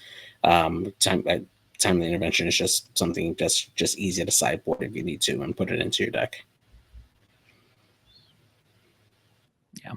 Also, this one is running like Daring Raid 2, which is also either like a good finisher doing 2 damage to their base, or also just like picking off units that are a problem, or like they have sentinels and you're just like, well, I'm just going to do 2 damage to the sentinel, swinging with something. So you kind of 2-for-1 it, but you don't end up losing your units, which is how Sabine starts running out of gas when she has to trade 2 units for 1 unit. So it does alleviate that a little bit. Yep. It's kind of silly. It's a little weird. They still have that for a cause in there, but they have reduced the number of targets for a cause. I guess paying 3 for 3 out of hand damage is still probably pretty good. My guess is in this deck, you're still hitting 3, especially because you're probably resourcing those timelies most of the time. And also, it still lets you stack the deck. So, if you got a whole bunch of garbage, you can discard them. Or if you got a whole bunch of I need these cards quickly, you can get them out of turn ahead. Yeah. All right. Anything else about Green Sabine before we move on? I will say this is one of the biggest decks you're going to face. So this is definitely, preparation-wise, is something you're going to want to practice against. It is pretty popular, and it's slightly not budget anymore because of the Pose and the Dark Sabers. Yeah. It's definitely not budget, but it is definitely something that I think that you're going to see. And like I said, I think it has a high win percentage rate just because of the synergy aspects this deck has, and the fact that Sabine's able to ping extra damage. It just allows you to be it allows you to burn things down faster. The real question is, which one do you like better? For a non-aggro player, I like the Mandalorian one better personally, but I'm not an aggro player, so that's why I probably like it better. It's more combo-y, and I like that piece of it better. I kind of like this particular Mandalorian one better too, just because it has the Sundaris and the clone deserters and they heal, so you get a better matchup and other aggro. Might be slower than the Rebel ones. You don't have like Rebel Assault and Wing Leaders and Fleet Lieutenants, but also you have healing. You have more saboteurs with the House Cast soldiers and Ketsu. And Ketsu's a little bit of upgrade removal as well, so it's nice. Ketsu is so good, especially against other Sabines. Just so good. Because she does not care if you put a Sentinel down. Yeah. She's just going to swing in and, you dropped a Darksaber. Guess what? It's no longer, that Darksaber is no longer coming. No, you only defeat upgrades of two costs or less. Oh, it's 2 costs or less? Oh, okay. Yeah, you can't kill a Darksaber, but you can kill things like shields and experience. Experience, okay. Yeah. And bounties. Bounties they place on you like top target. True, fair enough. All right, is anything else we want to talk about for Sabines? All right, if not, let's move on and let's talk a little bit about Kira, because I know Alex thinks that it's the best deck of the whole game, so he wants to talk about it. I only put one version. There is technically 2 versions of this. There is a 30-point health version, which plays more like, in my opinion, it plays a lot more like Krennic or an Iden Green deck than this one does. But this is our Kira, but this is the Kira Green that was made popular by Wu during Gen Con. I don't know. Did you read the last deck? I don't think we did we? I did the Mando one just because that's a little bit newer. All right. So this one, like, you have your Highblown Enforcers, you got your Inferno 4s and your Pike Sentinels and your Power of the Dark Sides. Those are kind of like your opening plays. If you get them, you got the standard 3 resupplies and the 3 standard, super laser techs to allow you for ramping.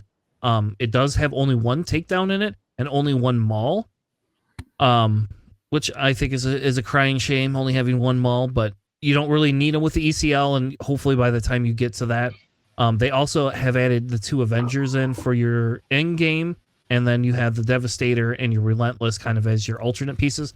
Again, I'm not a proponent of having 1 of each. I would rather just have 2 Devastators or 2 Relentless, but that's just me personally. I'm just a different person than other people are. No, one and one to me makes absolutely 0 sense. But I guess I didn't win Gen Con with the Green Kira deck, but I don't like, especially if you have 2 Avenger, right? Like, either stick to the more impactful killing of the units with the Devastator, or stick to the harder control that you're doing already with the Relentless. Yeah. And or take both of them out and put walkers in. There you go. Like, walkers are a great drop trade. You could add these back to your sideboard. So the idea behind this deck, right, is this deck is a little bit faster than the green 30-point Kira. There is a bunch of videos. We did a video as well where I had my very first version of this back in June. I've been playing Kira. My son's been playing Kira. It's been a very popular thing in our household. I think the reason we're seeing it is because even though it is like somewhat of a control-y style deck, it also has the ability to keep up with the Sabines of the world, right? I will say it does struggle a little bit with the Kylos. Like, Kylo can get you down by that turn 3 to turn 4, and it becomes a little bit harder to keep up with a very, very fast aggro deck. And because Sabine has moved more towards that, there's still, don't get me wrong, Sabine is still aggro, but it's got some higher end stuff that we weren't seeing as much before. Like, they want to play their pose, they want to play their records to finish their games off. Whereas before it was just, those guerrilla attack pods, right? So this deck, you have all sorts of ECL targets. You have the ability, if you're playing against a deck that is like a pillage deck, to skip your turn 1 so you have extra cards in hand. This deck does not need to get a Highblown Enforcer down round 1, but you could put a Highblown Enforcer down round 1, and then you can shield it, and now it's a 3/2 that could trade twice to some extent, right, with aggro decks. So that's kind of the style of this deck. The other thing I think that we don't see in here that I would like to see in here would be, like, in your sideboard would be a Count Dooku. I actually think Dooku is like super, super good. When you get to that, like if you're playing Sabine at that late game, you could put a Dooku down and kill something that they have on there that stops them from winning the game, and then now you've got a shielded unit, 5/4 unit that's just kind of a bully. It's not as good as like a Chewbacca, but you don't get Chewbacca in this deck, so I like Chewbacca, but not in this deck. I don't know. So what do we want to talk about first with this deck? What Alex? Why do you? How about this? Why do you think this is not a meta deck? JJ seemed like he was really jumping on something. Let him talk. So, I mean, honestly, this deck just has a lot of tools. It has a lot of ways to help mitigate early in the game to like make sure that it keeps your opponent's numbers under control. And then as it ramps up with super laser attacks and resupply, then you have some really strong characters in Maul and Vader that can go help and finish off the game. And then you have Kira's ability that constantly puts out the amount of shields that you need to constantly keep those units alive. It can be very, very strong. It's a deck that doesn't have too many things that are strong, I guess, but it doesn't have as many weaknesses as well. It can adapt to both sides of the board. It can adapt to control decks. It can adapt to aggro decks, and just the use of the sideboard that helps adjust the deck to respond to those types of decks is what makes it very versatile. In the hands of a skilled player, I mean, you can find an answer against pretty much any style deck there is there. The end game for this deck is to make sure that you get to those larger units there, and then that's where you really gain the advantage on there. Saving that ECL for some of the later turns, just to make sure that you keep your opponent in check until you can bring out Snoke, until you can bring out your Avenger or Devastator on there. Just really helps cement the game on there. The main issue is just trying to keep your base alive. You do need a fair amount of controlling of your opponent's units to make sure that they don't run up your damage as fast, because otherwise that's where you start to fall behind and struggle.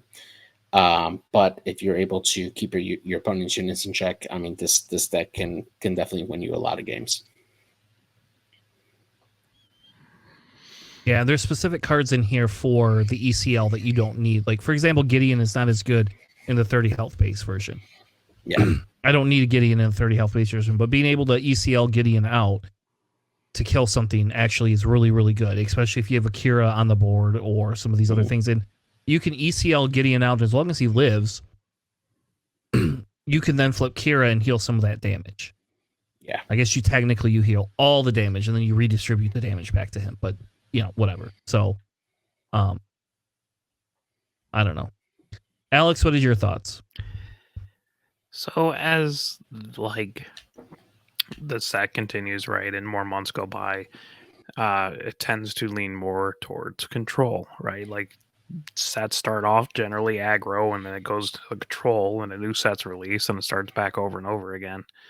And my only problem with this is that it's not as good in control as other control decks. So as we move more towards slightly more popularity with control, this deck gets weaker in my mind. Like, if you brought this kind of deck to like my local store, which is basically all control, you just get smacked around. And obviously that's not like any other place around in Michigan, at least that I know of. But like, I'm sure most locals are not control heavy. But if you are going into like a store champ and the more popularity of different control decks come out, I think this one just gets weaker because your end game is 6 units. Right? It's Snoke and a couple of Avengers, Relentless, and a Devastator. And I also don't think that Avengers are particularly great endgame units. They're great win more stuff because when you drop them, start swinging with them, you start taking out their responses. I just don't think it's a good catch up end game card like a Devastator is, or maybe even a Relentless. Yeah, well, and that's why you have those at the sideboard. And I think that if we are going to move to a more control heavy, you could tweak the deck to be that. I think that what I found is that even with it being somewhat more control heavy, as long as you can go through a lot of their base before you hit that 8 resource churn where they're dropping super laser blast, it's not as big of a deal. But that's I didn't throw the 30-point base in here. I don't know why I didn't do that, but I guess I did not throw that the 30-point base in there. But I do think the 30-point base does lean more towards an actual control style deck because it is a lot more blue. You have your Chilsons in there. And you have a higher quantity of like in-game pieces. So the blue version or the 30-point version feels more towards what you're talking about, Alex. And like maybe that's where the shift goes. This is great against aggro metas, but on aggro metas, it's got to shift closer towards that. I'm actually kind of surprised that like is even particularly good against a lot of aggro stuff because it seems like it'd be okay, but I feel like if they flooded really early, it just falters. Yeah, I don't know. Also, yeah, I mean that's that. I don't have as much experience with this as I'm sure you do. Yeah, well, and I mean, again, when we talk about what do we see topping events? This one tops more events in my opinion than the 30-point base does, but we also don't have like a super clear standard for it. But she is one of the top leaders right now. And, again, personally, maybe we don't feel that, or you don't feel that like it's the best deck out there, but I do think that the probability you're going to run into a Kira deck and understanding how to play against it is probably important as well. Because if you're going against this deck, you have to know how they're going to control your board. Have you encountered a fair amount of like Kira just in your locals? No, I'm the only one that runs Kira. My locals is Boba Green, Sabine's, now Lando. Lando's a new thing. And then we have some of the guys are running like Vader again, and Bosk and Tarkin. So my outside of the Vaders are almost all mid range and like and aggro decks. That's my whole life. Like running Pelp is like super not fun sometimes when they pull a Lando out or a Kylo and you're just like, well, I don't know what I'm going to do if you could just eke out all that damage super early. Because I'm just like wondering how many people are actually going to bring like Kira to like a store showdown. Because we've had maybe like 2 or 3 players experiment with Kira around me, but like that doesn't work ever. So they're not really incentivized to bring it. So I'm just wondering if, like, for store showdowns, how many people are just going to rock a Kira deck? Well, this weekend alone, there was at least 10 of them, according to the meta report that I found. So, cool. And that's short down. So people are playing it. I do think that it is it's becoming one of the more popular decks because people like in KTOD and people in WoW, they popularized this deck more than what I originally had, right? And I think that leans towards it. It does struggle against Pillage, but it also does not struggle against Pillage as much if you know how to play against Pillage, because it just feels like Han wastes his turn when he does that. So I'll tell you, when we talk about counters, like some of the good counters to this deck is Snoke, right? Snoke is a really good counter to this deck. And Saboteur is an amazing counter to this deck because Kira likes to shield everything, right? And if you are a little bit more space heavy, you can also take out Kira faster. And that's one of the bigger issues that she has. By the time you hit the overwhelming barrage churn, usually Sabine has gone through a lot of your base, or Kylo or something like that, and your overwhelming barrage is less effective because you're just not able to utilize it. But it is the interesting thing here is the Fell the Dragons over something like a Rival's Fall. And that's because by the time you hit that Rival's Fall turn, you're hopefully playing your Vaders, or you're using your Snokes. But Kira flipping one of the counters is takedown, right? Like takedown's a great counter to that. Yeah. Open fire is a great counter to Kira. You could play open fire and Kira goes, I'm no longer a Kira. I'm no longer here. Mm-hmm. Back even some of the ambushes. Yeah. Every single time someone's flipped a Kira on me, it dies immediately in my response. Every single time. Yeah. But again, I think this version has less play into control, like you said. But I personally don't think if we look at the statistics from Gen Con, what planetary qualifiers are going to run into is you're going to run into this, and it's going to be a heavier aggro focused meta, unless all of a sudden people really want to run more like us control. Like it feels like we're not seeing the Sabines of the world drop off yet. Maybe next set, right? All right. Anything else on Kira? We move on to Han Blue. JJ, I know Han Blue has kind of been somewhat of a pet deck for you a little bit. Han Blue is popping up again. Han Blue is one of the higher response ones that we've seen coming out of Gen Con. It's done very well, probably because you can cheat cards out for cheaper.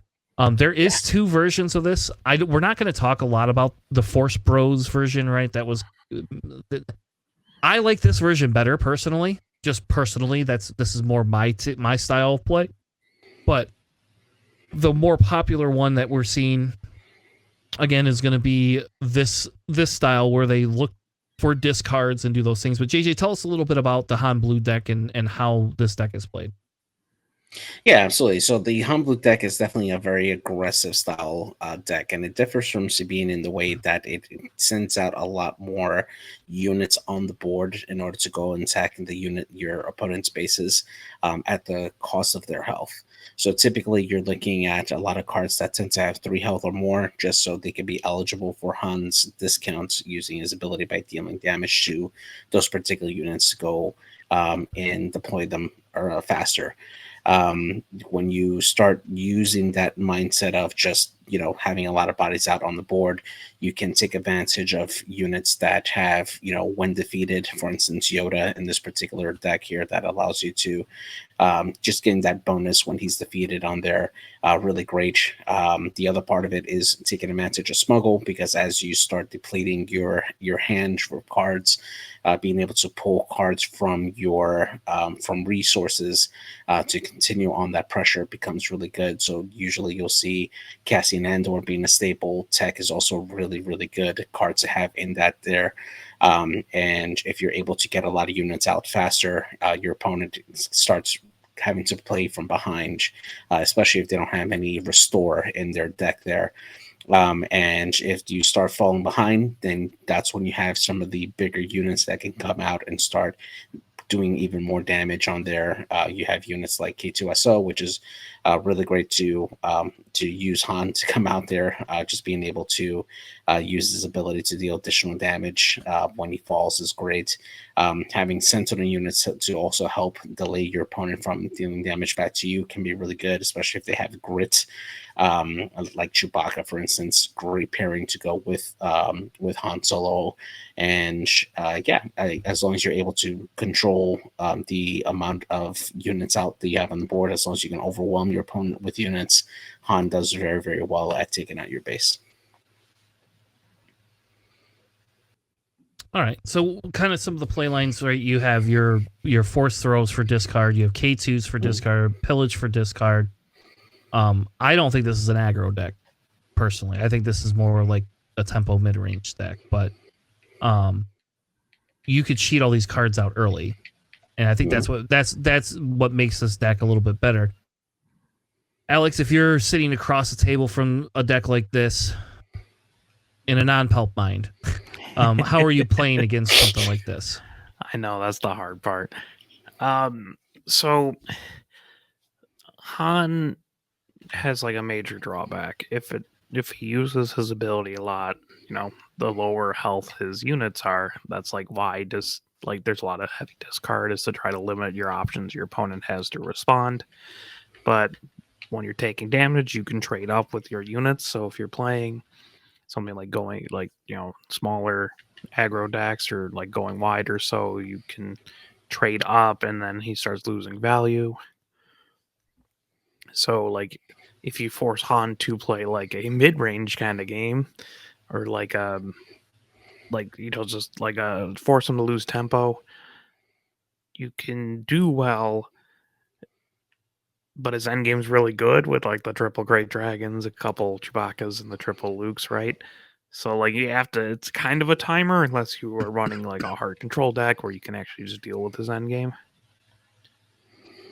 So it's really kind of like where you draw the line on being able to take out his units and being able to take out his base. It's kind of tricky, especially when if you just go straight like hard discard hand destruction stuff, your options are significantly more limited. And that's probably why, this deck does really well. But like you can rush it down. Like Han doesn't do much if he just kills units every turn. Yeah.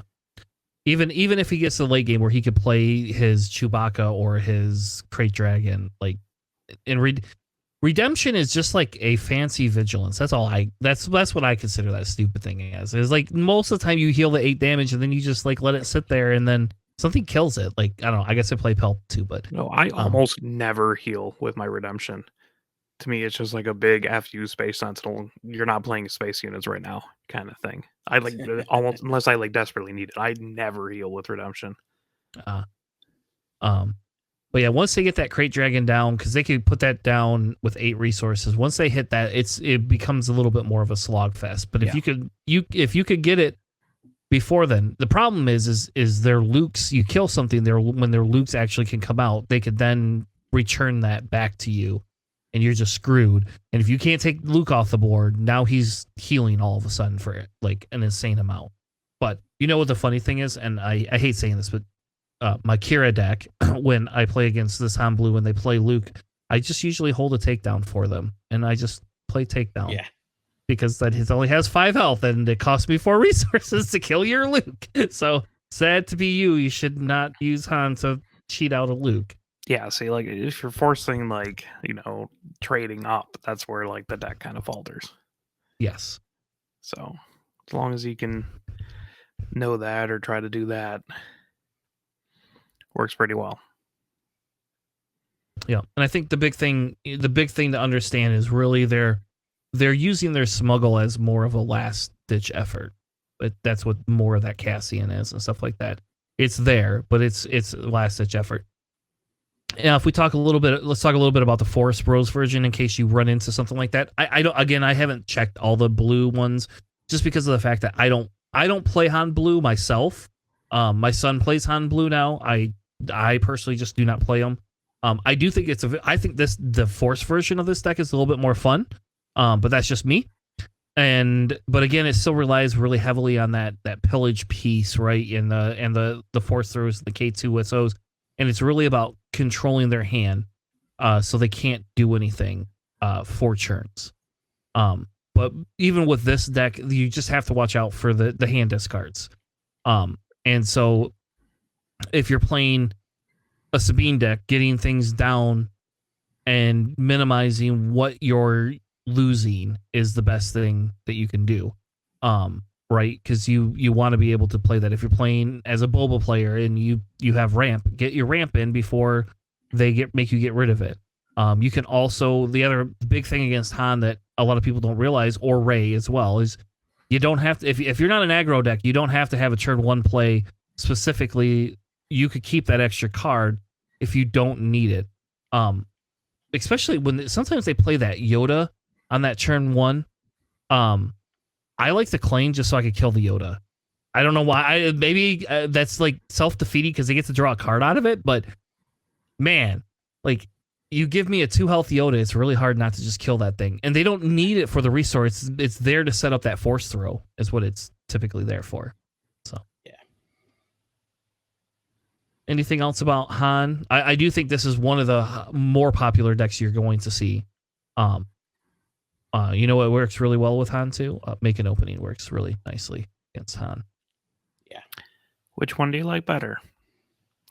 In terms of which one do I think is better, has better playability? Yeah. Or which one do I like personally playing better? Which one do you think is better, like performance wise? This one we've seen, the first one we've seen perform better. I think this one, I think the second one personally plays better and has a better flow to it, but that's just my opinion. But again, it fits more of my Help Red style, right? Except for with blue cards now. So I don't know. What about you then? If you're gonna ask me, I'll ask you. Which one do you think is better? What about JJ's opinion? He skipped out on the last one. All right, JJ, what's your opinion? Honestly, I think this is probably a little bit better. You have a lot more options to help you deal with some of the control and aggro units on there that you can face off, like if face offs against Sabine.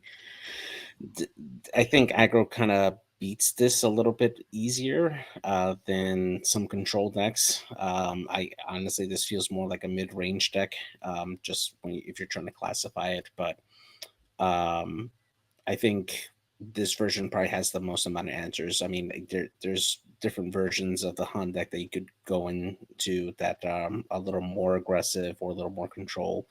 But I think this one just has performed the best out of all the different versions. Which one are you talking about? The Force one? Sorry, the first one. Yeah, Han Blue. Yeah. Okay. With the Force units. Yeah. Yeah. Oh man, you're forcing me to be a tiebreaker. I like the Force one more because it has more out of hand damage. Yeah. Mm-hmm. Which I think is just slightly better. I like the open fires more. I like the forces with me being able to shield up so your unit doesn't die immediately, kind of thing. Although it's rough running a blue deck with no takedowns. Yeah. So I guess that's my opinion on that one. All right. Well, let's move on to Boba Yellow. I think we've had some discussions about Boba Yellow in the past, right? You know, Alex, why don't you take us through this Boba Yellow deck? You want me to read it off? You don't have to read all of it off. I think we've gone over these decks quite a bit. I think the big thing is kind of highlighting what the key pieces in it, kind of like what we were doing a little bit earlier. Sure. Okay. So this particular one, it's almost exactly the same as the other one, right? This one does not have Boba's armor. I think that's like the biggest difference between a couple of these decks is this one doesn't have Boba's armor. This particular one looks like it's more focused on bounty hunters with the triple Toro in combination with the triple Zuckuss, triple Forlom, only double Boba Fett, and that one's kind of weird though. So they're very, very similar decks. I'm actually kind of just struggling to find that much of a difference other than one of them has Boba's armor, the other one has a new adventure. Well, more copies of a new adventure, I guess. Like they're both roughly the same. It's just your standard Boba Yellow mid-range. You know, you got the triple hotshot blasters. You obviously have the triple cunnings. They're all good. This one doesn't have Bodhi. It has triple Bodhi in the sideboard. The other one runs at least one Bodhi, and no Bazines in the sideboard either. So this is, I mean, it's just a pretty standard double yellow Boba deck that you've kind of seen everywhere. Yeah. The big difference, really, like honestly, the bigger difference is like the Zuckasses and the Forloms. Like there's a few of them that are different in here, right? So one of them specifically focuses directly on that. But the key piece is right is we're now seeing these mercenary gunships come in because on turn 2 they're just, or turn 1 they're like super good because you can't steal them. Even if you ramp, you can still use them typically twice before you have to worry about somebody taking them. And I don't know, does somebody want to pay 4 resources for a 3/2 ship? Yeah. I would personally just rather kill it, but yeah. I don't know, we traitorous things all the time too. So I don't know, like as a pelt player, I have 100% stole their mercenary gunships before. And then claimed. But because that's all the resources you have. I don't know. I think, you know, this deck is what we seen. Bobby Sapphire brought about this deck, right? Set 1 as a way to kind of counter some of the Sabine. So this is a better counter to the Sabine aggro that we've seen. But now that we're into this new meta, now we're seeing this deck has evolved a little bit. People are now pulling one of the Boba Fetts out. I think that's crazy, right? Like we've not seen that happen a lot before, and now all of a sudden Boba Fett's being pulled out. And I think that's kind of a different thing. You're not going face as fast as you were before. You're now looking to tempo your attacks so that the fact that you could come in and swing in with that Fett's fire spray is just so good. Especially because you have that new adventure in there sometimes to play against it. That Viper Projects, I don't remember those being in there, but maybe we covered that when we covered the Gen Con thing. So yeah. JJ, if you're looking to counter this, right? Like, so if you're sitting across the table from this, tell me what are your lines of play? And I think both of them, we could kind of generalize about both of them because they're close enough together. What are your lines of play here to defeat this? Pressure your opponent. Your opponent, if they're focusing on playing a lot of control cards, they're not playing as many units on there. So if you can get a lot more of cheaper units out on the board, that forces your opponent to choose who are they going to attack. As long as you're putting damage onto their units or into their bases, you can force your opponent's hand to kind of stray away and focus more on getting the ground game up and probably give up some of their control cards that they have out there, maybe some waylays or anything. Definitely always keep in mind that your opponent will likely have cunning available, or they're going to wait to start. They'll wait till you play some of your more expensive units out to bring out like Cantina Bouncer, for instance, to return to your hand and basically make you waste.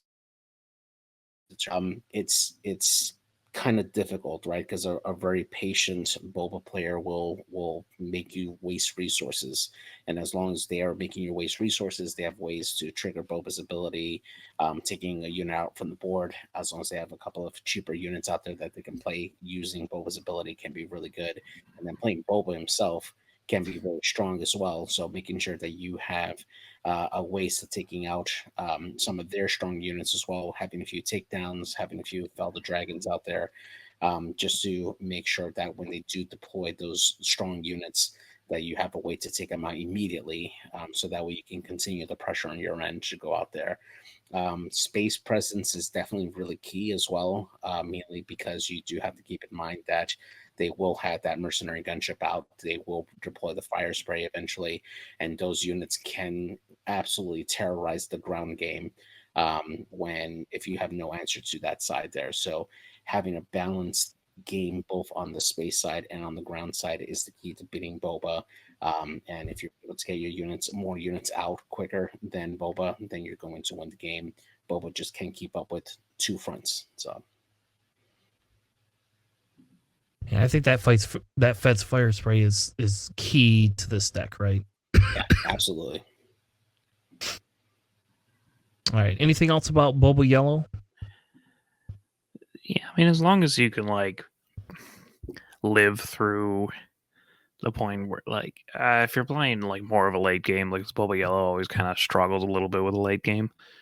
If you're able to make it to the late game, they don't really have too much of a finisher other than Fett's fire spray.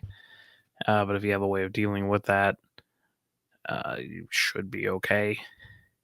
It does output a surprising amount of damage, but if you control his units, a lot of it, it's not like Surprise Strike's going to do anything. Even if he ambushes some of his units out, it's not like you can trade into him. Like, he's got a lot of sticky stuff, and that's why it's good. He can exhaust you. He's got the odd shot blasters. There's a lot of things that work pretty well in this deck. But if you manage to survive in the end game, it kind of falls apart. Yep. All right, let's move on to Boba Green. We've definitely seen Boba Green start coming back up here a little bit. There is, again, two different versions of this. I picked the non-ECL one. You can run an ECL one. They're very similar, in my opinion, in how they're structured. With Boba Green coming back, like we see Sabine's pop up, right? Well, Boba Green helps take care of Sabine's. Well, you know what that means? It means Palp can come back and be very prominent, because Boba Green does not like to see a lot of Palpatines. So with this list, obviously you have the Bazines in there to stop and like pull cards out. You got Boba Fett's armor. You have McClunkies, which are hilarious. Like they're out there. They're the ability to stop some of that Sabine power. I could play a Greedo claim, play McClunky next round, have extra cards. Like I could do all sorts of crazy different things with it.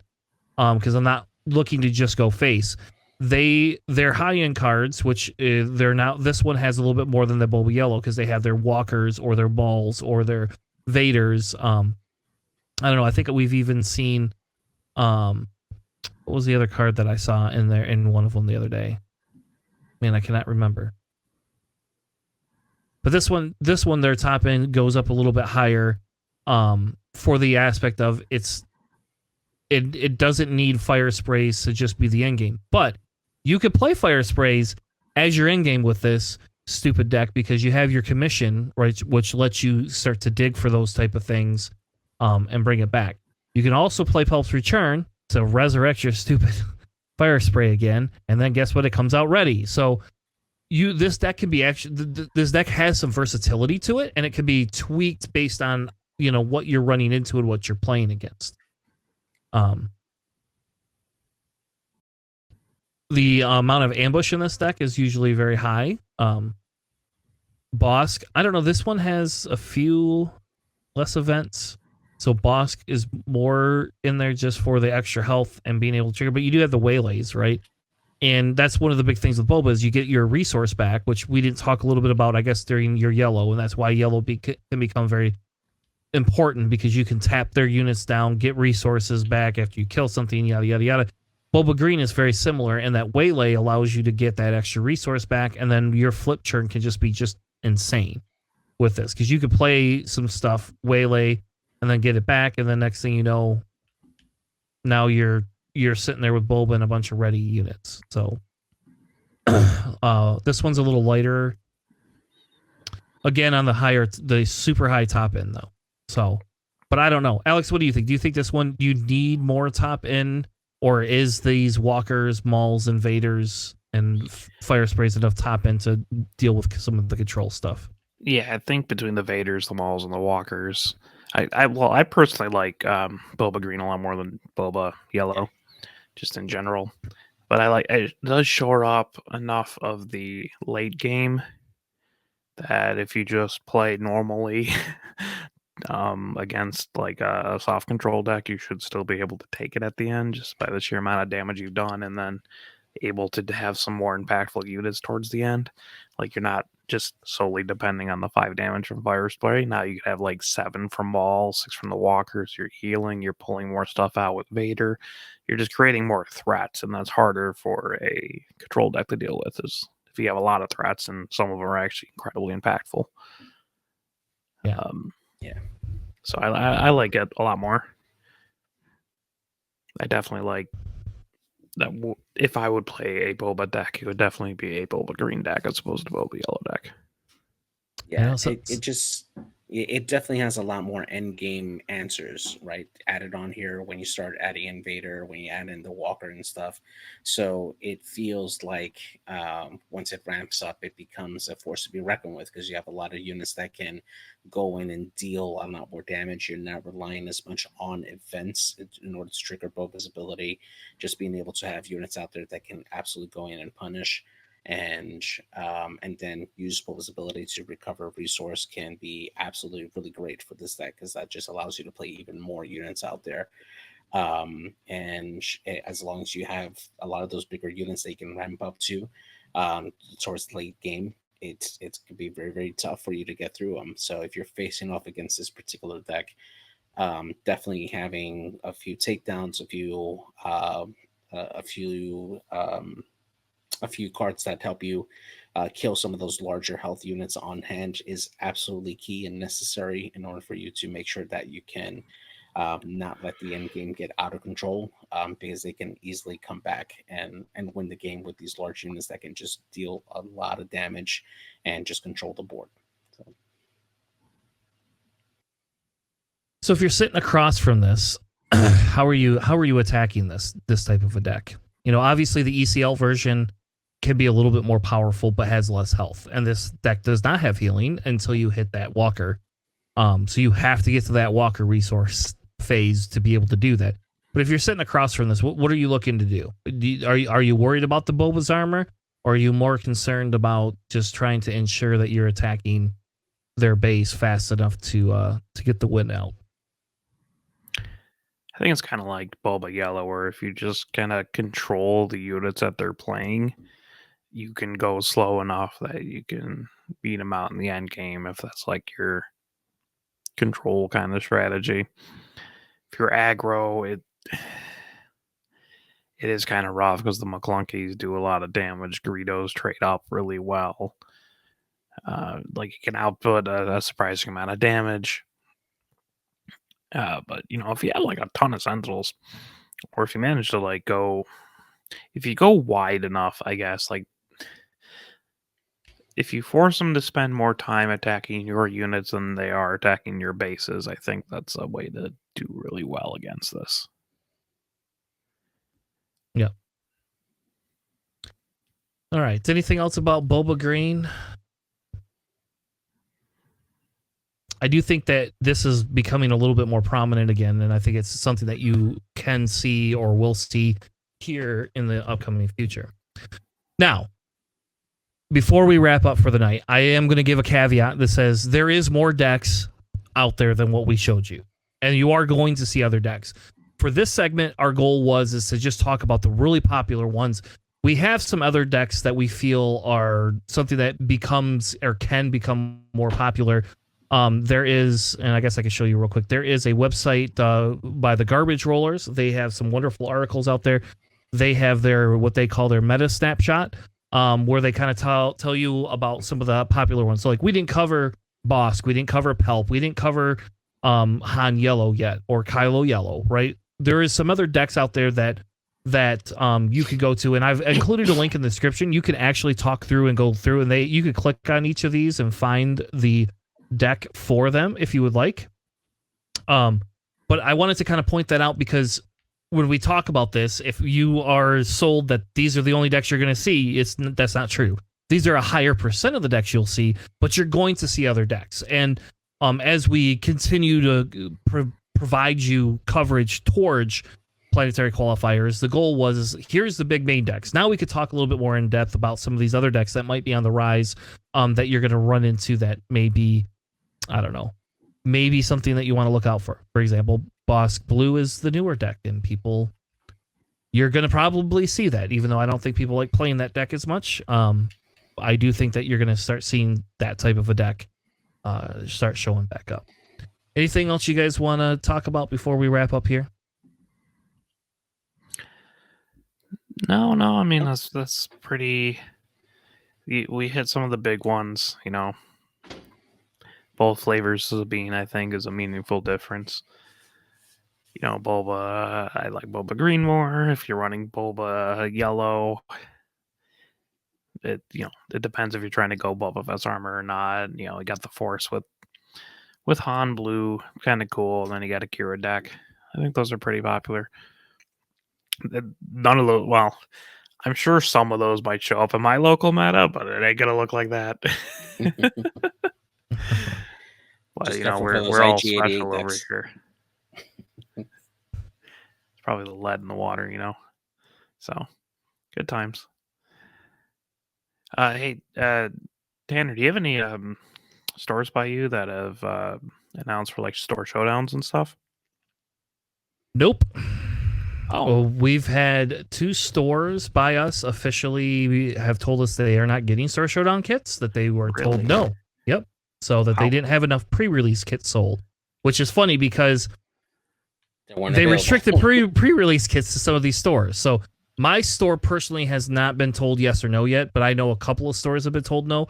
I'm very surprised Gamers Wharf hasn't like done something. Like usually they're one of the bigger ones around us that like typically that guy purchases a lot of product. Like he was one of the main sellers for set 1.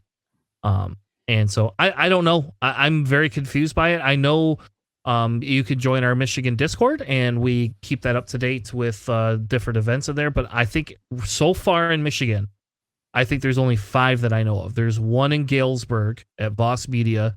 Excel RC has one. Yep. And then there's another one. Now you're gonna actually make. Hold on. Now you're gonna make me look this up. the Chesterfield. There's both Eternals, Eternal Warren and Chesterfield. There's a gaming company, Chesterfield. There's My Store Destiny in Livonia. RIW in Livonia has one.